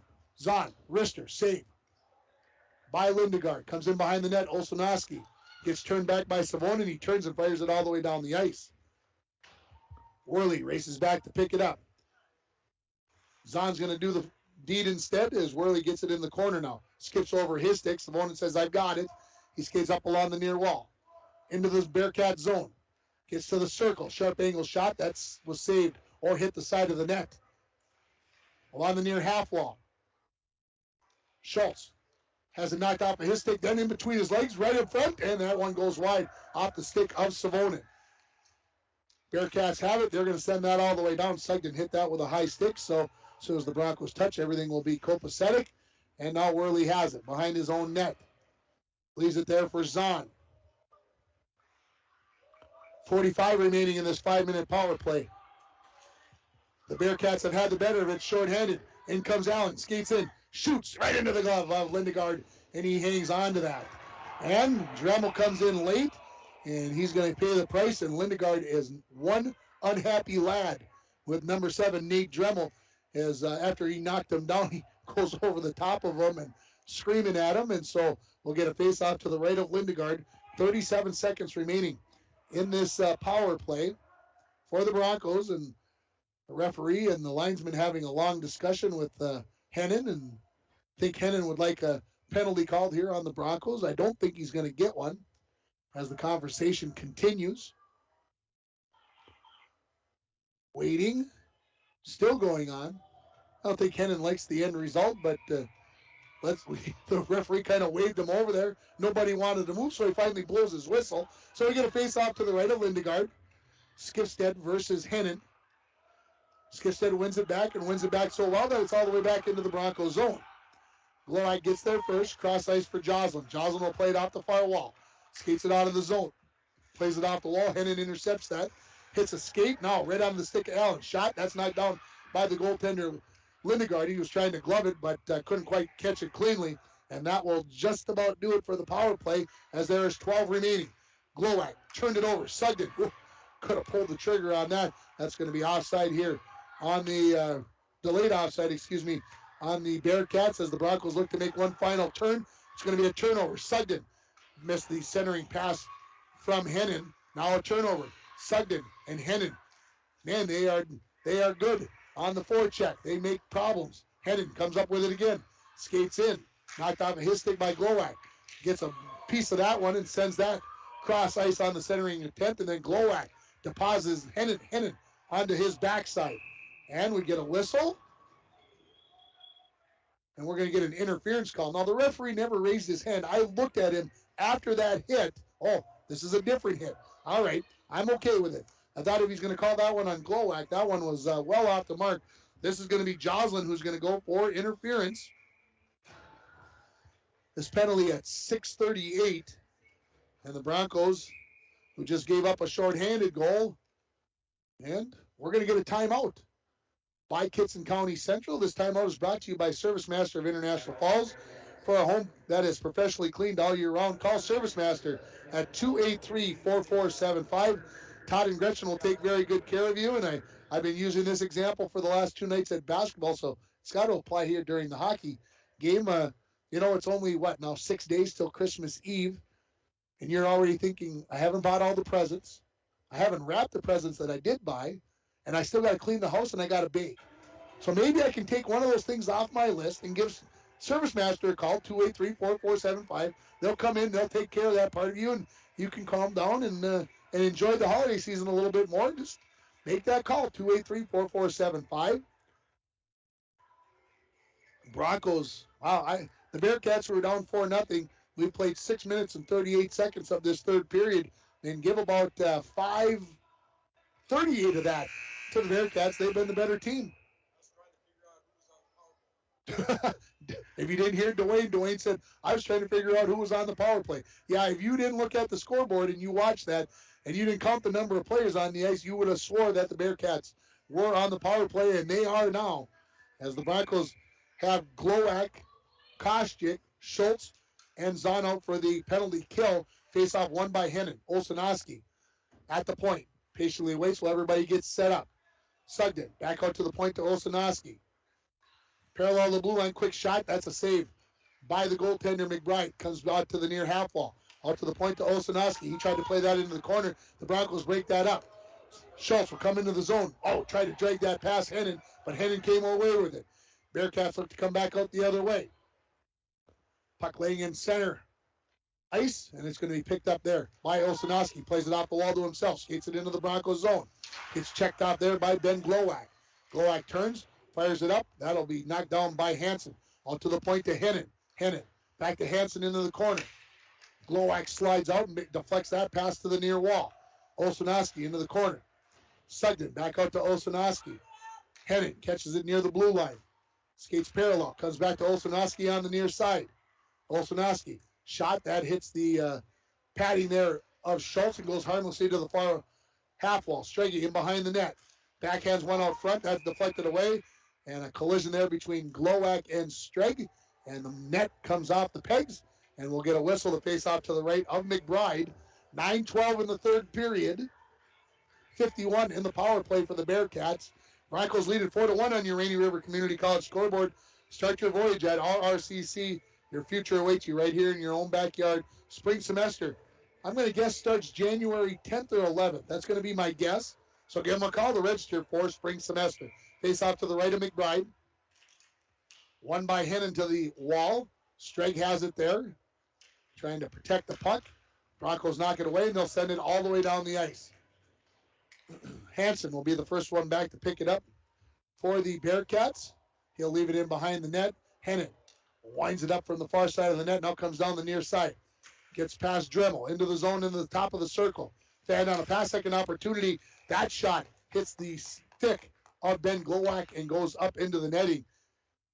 9-23. They're as advertised. They are good hockey players, and they've had the best of it here in the third period. 8:47 remaining. 26 in the power play for the Bearcats. Two number 9s to take the faceoffs. Hennon versus Schultz. One by Hennon. Walks in. Saved by McBride at point-blank range. McBride has been dialed in here in this hockey game. Straight off the wall. Centering pass. Goal by Sugden. No! Save. Sugden had the hands in the air, and McBride comes up and robs him. That's our play of the game. Brought to you by Canada Electric for all your electrical needs, both commercial and residential. Stop at Canada Electric at 500 4th Street in downtown International Falls, or call them at 283-8319. Wow, what a save from Carter McBride. Faceoff will come to his left. Savonin will take it against Hennon. Puck still laying there. Worley steps in, tries to send it to the far side. That puck went deflecting up over the top of the net. At the point, Hansen, cross ice for Osinoski. Back to Hansen. Hansen backhands it to Hennon along the half wall. His centering attempt is blocked down by the Broncos. They'll send it all the way down as they are at full strength. And this is going to be no icing, as Osinoski couldn't fake that one well enough. And turnover up front. Savonin save and knocked away here. And here comes the Bearcats back the other way. And Osinoski tried the headman pass for Sugden, just a little bit behind him, and we'll get an icing call. Whew. There was a turnover there as in behind the net for the Broncos, I believe, was Glowak, and his centering attempt came right out front. And the Bearcats were able to come up with the stop there. 4-1 the lead here for the Broncos. Face off to the right of Lindegaard. Face off won by Schultz. Joslin makes a move at the line. Leaves it for Worley. Worley. That hits some traffic, goes into the corner. Knocked around there by Koshik. Goes into the far corner. Bearcats look to clear. Worley keeps it in. Fires it behind the net. Schultz has it there. His centering attempt blocked away by Hansen. He throws it off the wall. Guess what? Worley throws it right back in from the point. Comes to the near corner. Getting there first is Osinoski. Kept in by Joslin. His slap shot from the point is gloved by Lindegaard. He hangs on to it. 7:31 remaining in the third period. Broncos lead at 4-1. Shots on goal, 34-29 in favor of the Broncos. Faceoff will come to the right of Lindegaard. Muir, the second line out for the Bearcats. Allen and his second line out for the Broncos. Faceoff. Push towards the net, and now into the far corner. First one there is going to be Larson for the Bearcats. He puts it in behind his own net. Olsonowski couldn't catch up with it there. Comes out the near side. Skifstead. His centering attempt deflected away. Johnson sends it into the far corner. Olsonowski lets one out to center. Knocked down by Glowak. He tries to send it right back in. Muir knocked that down. Sends it into the Broncos zone along the far wall. Larson tried to play it off the wall to himself. Picked up there by Jake Olsen. And Olsen gets it out to Skifstead. 3-on-2 come the Broncos. Odd man rush into the zone. Skifstead forced wide. Puts one towards the net. That is just out of the reach of Allen. Goes into the far corner. Clearing attempt kept in at the point. Shot by Glowak is kicked to the near wall by Lindegaard. Out to center. Picked up there. Coming in with it is Olsinoski. He skates to the far wall as he waits for his teammates. His centering attempt to Muir. That was knocked away by Zahn, and then Zahn deposited Muir onto his backside. Puck is in the corner. Larson has it there for the Bearcats. He loses the puck. Skifstead has it. Plays it off the wall. Bouncing puck is settled down by Allen.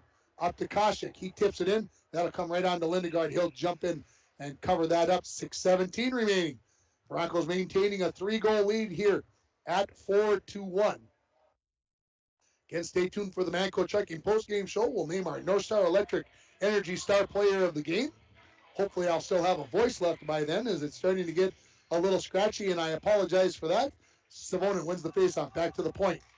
First time I had a chance to say Jake Reiner's name. He's puts one there. There's a goal. That is going to be Cam Schultz on the rebound. And the Broncos regain a 4-goal lead at 5-1.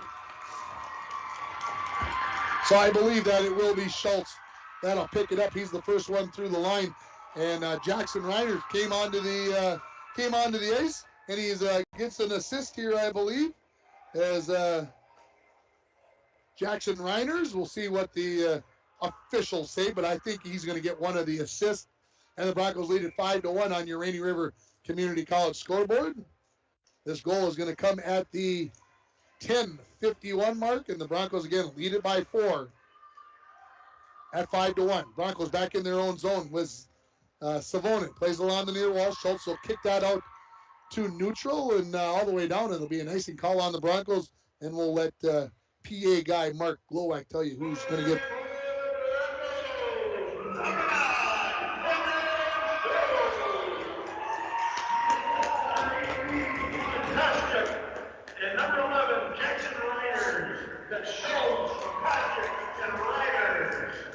Well, I think you heard that, but if you didn't, Schultz from from Koshik and Reiners there's a face-off win, tipped in right in front by the Bearcats, and they cut it back to a 3-goal deficit. So right off the face-off, it is going to be Streg who's going to put that into the back of the net, and it's a 5-2 hockey game. This goal just, 17 seconds later, as this one will come at 11:08, and it makes the score 5-2. So come back to center. Bearcats aren't going to go away. 6, 9, and 14 for the Bearcats. So straight from Hennon and Hansen on the goal. Broncos quickly back in. Dremel in the corner with it. And behind the net now on his backhand. Sends it to the point. Glowak. One-timer. Oh, right there was Skifstead trying to deflect that one in. Comes into the corner. Skifstead skates over there, picks it up. Hennon picks his pocket and sends it out to neutral. Picked up there by Sugden. Sugden skates in. Has it knocked off of his stick by Glowak. Picked up by Skifstead. Skifstead tries to move it along, but that's knocked away by Olszanowski. He skates in. Olszanowski to the far side, centering, looking for Hennon. That was behind him, and Skifstead picks it up along the near wall and backhands it out to neutral. Picked up there by Johnson off the bench. Hopefully there wasn't too many men on the ice there. The Broncos in danger here. I think they did it all safely. Koshik had just come onto the ice and had an opportunity. Under 5 remaining in the third period. 5-2 Broncos leading it. Schultz puts one out towards Koshik. Makes a good move there. Now gets forced to the half wall. Good job by Olszanowski for the Bearcats. In behind the Kittson County Central net. They tried to bring it out, but kept in at the point by Zahn. Comes to the end wall there. Schultz makes a nice move. Skates off the wall. Backhand. Save. Rebound. Goes into the corner. Henning tries to backhand it out of the zone. Savona turns, fires one right into the breadbasket of the goaltender Lindegaard, and he hangs on to it with 4:28 remaining. In the third period, Broncos leading by a score of 5-2. And the Broncos will be in Ely, their first road game of the year on Tuesday night. They played their first 5 at home. Face off to the left of Lindegaard. One back by Savonin. Reiners has it. Throws one towards the net, right out front. Schultz tied up, gets a second opportunity, saved by Lindegaard, and then pushes one in behind the net. Centering pass cleared away by Larson. I thought Reiners was going to do it all over again. He did exactly that off the faceoff and got an assist. I thought it was going to happen again, but it didn't. Joslin behind his own net. Now on the near half wall. Pushed towards the Bronco net, picked up there by Reiners. He's in behind his net, leaves it for Joslin. Joslin has to race after it, so Skifstead looks to help out, but Hansen stops it at the blue line. Backhands one towards the net, and that handcuffed McBride as he had to make a second and or third attempt to cover up that bouncing puck. 3:53 left in the third period. Broncos lead at 5-2. Happy to have you along here on K104, rjbroadcasting.com. And, of course, if you're watching us, you're on yourliveevent.com. Lots of people loving the video feed of hockey and basketball. Swimming will come along in February this winter. And, again, thanks to our sponsors. Broncos win the faceoff, run all the way around the boards by the Broncos. And, geez, you would think this late in the period that there would be no way that that puck could go all the way down the ice. But it did, so we'll have an icing call. We'll do it all over again to the left of goaltender Carter McBride for the Broncos. 41-31, the shots on goal in favor of the Broncos with 3:45 remaining here in the third period. Hennon versus Allen, one back by Hennon. Olszanowski, he takes a shot that hits a stick, goes into the far corner. Hennon to the point. Johnson back in behind the net, picked up there by Glowak. Glowak looking, tries to go up to the point, kept in by Hennon. Hennon puts it back into the corner, picked up by Glowak. Glowak, eyes up. That pass hits Hennon, bouncing puck, pushed to the wall. Skifstead tries to clear it, he does. Picking it up back in his own zone. This is Johnson. Johnson tried to do a little fancy stick work, missed it, and now the Broncos have it. This is Skifstead. Leaves it there, and the Broncos stay on side somehow after the collision between Allen and Jake Olsen. Here come the Bearcats back the other way. Olszanowski off his stick, off his skate, and off his stick, and then gets knocked to his down as he paid the price for that. Here comes Allen into the zone. Picked clean by Hansen. Hennon turns off the wall. Sugden able to stay on side? No. Referee says no, they were not. So we'll bring it back just outside the Bearcat zone. 2:46 remaining in the third period. Broncos have a 3-goal lead at 5-2. They led 2-0 after 1, 4-0 after 2. Face off between Muir and Savonin. Savonen's been pretty good in the circle. He wins this one cross ice. Koshik will get there first. Backhands it into the zone. Broncos just need to dump and chase here. Don't want to get lazy, but you don't want you want to use up some of that clock. Here come the Bearcats the other way. Could be a 3-on-1 shot. Saved by the goaltender McBride. Off the shot there by number 8. That is Dana Brown with that shot. And we'll get a face off to the left of McBride. Had to look Dana's number up. Hadn't called that one yet. Face off. Down. Schultz has it. Knocks it out to center. Cross ice for Koshik. Koshik makes a move at the line. On his backhand. Gets knocked down by Larson. Puck comes harmlessly in behind the Bearcat net. They try to clear it out. Kept in by Joslin. His wrister. Wow. I think maybe the goaltender Lindegaard got a piece of that. Cleared away by Kittson County. At the blue line. Teams battle for the puck. Knocked into the Bearcat zone. Schultz sends it behind and he says, I'm going for the bench, folks. 2 minutes left in the third period. Savonin at the blue line. Knocked away. Bearcats looking to clear. Kept in by Reiners. Reiners sends one towards the net. Picked up there by Hansen. Out to center. Larson has it. He turns. Fires it down. Bearcats are going to change. Puck comes into the corner. First one there is Hansen. Joslin knocks him off the puck. Skifstead had it momentarily. Now onto the stick of Joslin. Tries to feather one out right onto Henning. He gives it to Simon. Walks in. Save by McBride. Another centering attempt by Henning. Second centering attempt. Right at the side of the net. Cleared away by the Bronco defense.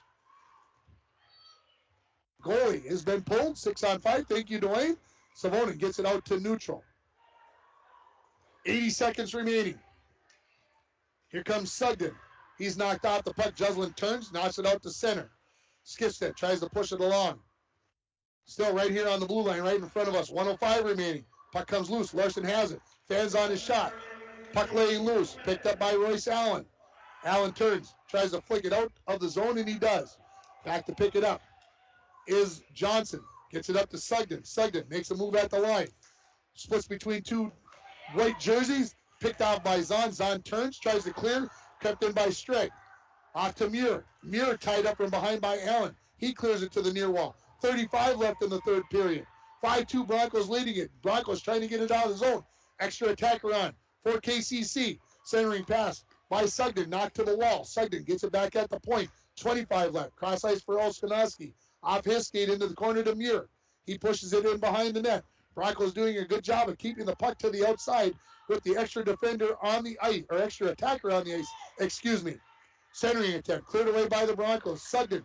10 remaining. Out to the point. Johnson back to Sugden. He takes a slap shot. Hung on by the goaltender, Carter McBride, as that was a high riser with 4.4 seconds remaining, as it looks as though the Broncos are going to get their first win of the season here on home ice at Bronco Arena. Broncos will get a late change here as they'll get fresh bodies onto the ice for this final face-off to the right of McBride. Well, I shouldn't say final. Should be the final. Face-off. 6-on-5 here. Face-off one back by Hennon. Stepping in was Koshik. Loose puck. And the Broncos are going to win this game by a final score of 5-2.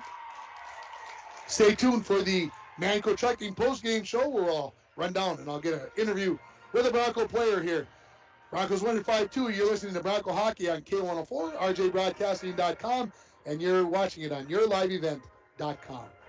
Lake of the Woods Foods of Baudette is proud to be sponsoring Bronco Sports. Lake of the Woods Foods invites everyone to Baudette to check out the new look and added additions to our beautiful store. Caribou Coffee with takeout or drive-up service. Our full-service butcher shop with International Falls' very own Paul Dremel cutting your meats to order. Shell Gas with 91 non-oxy gas for snowmobiles and four-wheelers. It's new, it's exciting. Visit the new and improved Lake of the Woods Foods of Baudette. Check out our Facebook page and weekly ad at lakeofthewoodsfoods.com. When it comes to staying warm in the winter season, it's important to have a propane company you can rely on. Lakes Gas has been keeping families warm since 1959. Lakes Gas would like to remind you to check your tanks often and call for a fill when the propane level reaches 30% to assure you always have a warm home. Lakes Gas employs local folks that know the importance of keeping your house warm in the Northland. For prompt, dependable service, call Lakes Gas at 283-3035 or visit them online at lakesgas.com. Worley Motors is your local Chrysler, Dodge, Jeep, Ram, and Ford dealer. Stop in today for a test drive on our all-new 2021 Ford Explorer XLT that just arrived. This one has a 2.3-liter EcoBoost engine with a 10-speed auto transmission, remote start, heated seats, heated steering wheel, with Ford Pass Connect, and much, much more. For all the details, stop into Worley Motors, 309 5th Street, International Falls. Falls International Airport is an economic engine for our area. Daily commercial flights, along with private aviation, brings visitors from across the country to do business with local firms as well as vacation here. And the airport provides access for local residents to connect to the world as well as a wide variety of job opportunities. The new airport terminal makes travel comfortable, convenient, and many times cost competitive. Falls International Airport, giving you another travel option and strengthening the economic fabric of our community. Open this up. I think you girls would love this for Christmas. Flooring? Flooring! Would you guys want flooring for Christmas? Yeah. No. What kind of flooring would you like? Sparkly ones. I want sparkly and pink flooring. Brecken, what would you like for Christmas? Dinosaurs. You know what? Kids want flooring too. Thank you and happy holidays to everyone in the borderland from Studio B Flooring. Call for an appointment 240-5599. Merry Christmas. Merry Christmas. Snow falls on an old apartment. Inside, the holiday season is in swing. On the first floor, Cokes are poured and stories shared among friends. 3 flights up, one generation passes down the family recipe to the next. So good. Inside every home, there's magic. Coca-Cola, real magic. Enjoy the real magic of the season with close friends, family, and refreshing Coca-Cola paired with all your holiday meals. It is the Red Tag Bonus Cash event going on now at Ekman GM of International Falls. New inventory coming in every day. Check this out. The new 2022 Chevrolet Silverado 1500 LTD Crew Cab, standard box 4-wheel drive, MSRP $59,925, sale price $59,425. And this one, new 2022 Chevrolet Colorado Crew Cab, long box 4-wheel drive, MSRP is $42,290. Chevrolet, find new roads. Find out more at EkmanGM.com.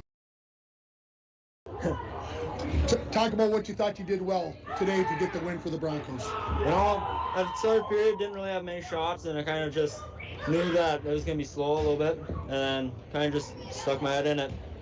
There were some big saves that you had, a couple that were going from left to right. Talk about, did you feel like you were dialed in, that the puck was looking big to you? Yeah, I felt pretty dialed in. I know that one backdoor one. I know that guy probably wish he would have had, but that's how it goes. Talk about how well your defenseman played in front of you today. Oh, our defensemen played really well today. They did pretty good keeping the guys out from in front. Congratulations. Thank you. That was Carter McBride joining me there in the post-game interview. And congratulations to Carter McBride and the entire team as they get their first win of the season by a final score of 5-2 over Kittson County Central. As the Broncos scored 2 in the first, maybe didn't have their best period. They scored 2 in the second, maybe didn't have their best period as they took 4 penalties, but they persevered and they kept the Kittson County Central Bearcats to just 2 goals in this game, and they win by a final score of 5-2. You're listening to the Manco Trucking postgame show. Manco Trucking is proud to be sponsoring Broncos student athletes located on the truck route. Contact them for all your hauling needs or backhoe and dirt work. We'll take a break. We'll come back. We'll recap the scoring, and we'll wrap it up here from Bronco Arena. We'll name our North Star Electric Energy Star Player of the Game as well. You might have a guess who I'm thinking that might be. We'll take a break. You're listening to the postgame show on K104 and online at rjbroadcasting.com, and you're watching it on yourliveevent.com. Are you ready to embrace all that winter has to offer? This is Tony from Consumer Loan Officer at Border Bank.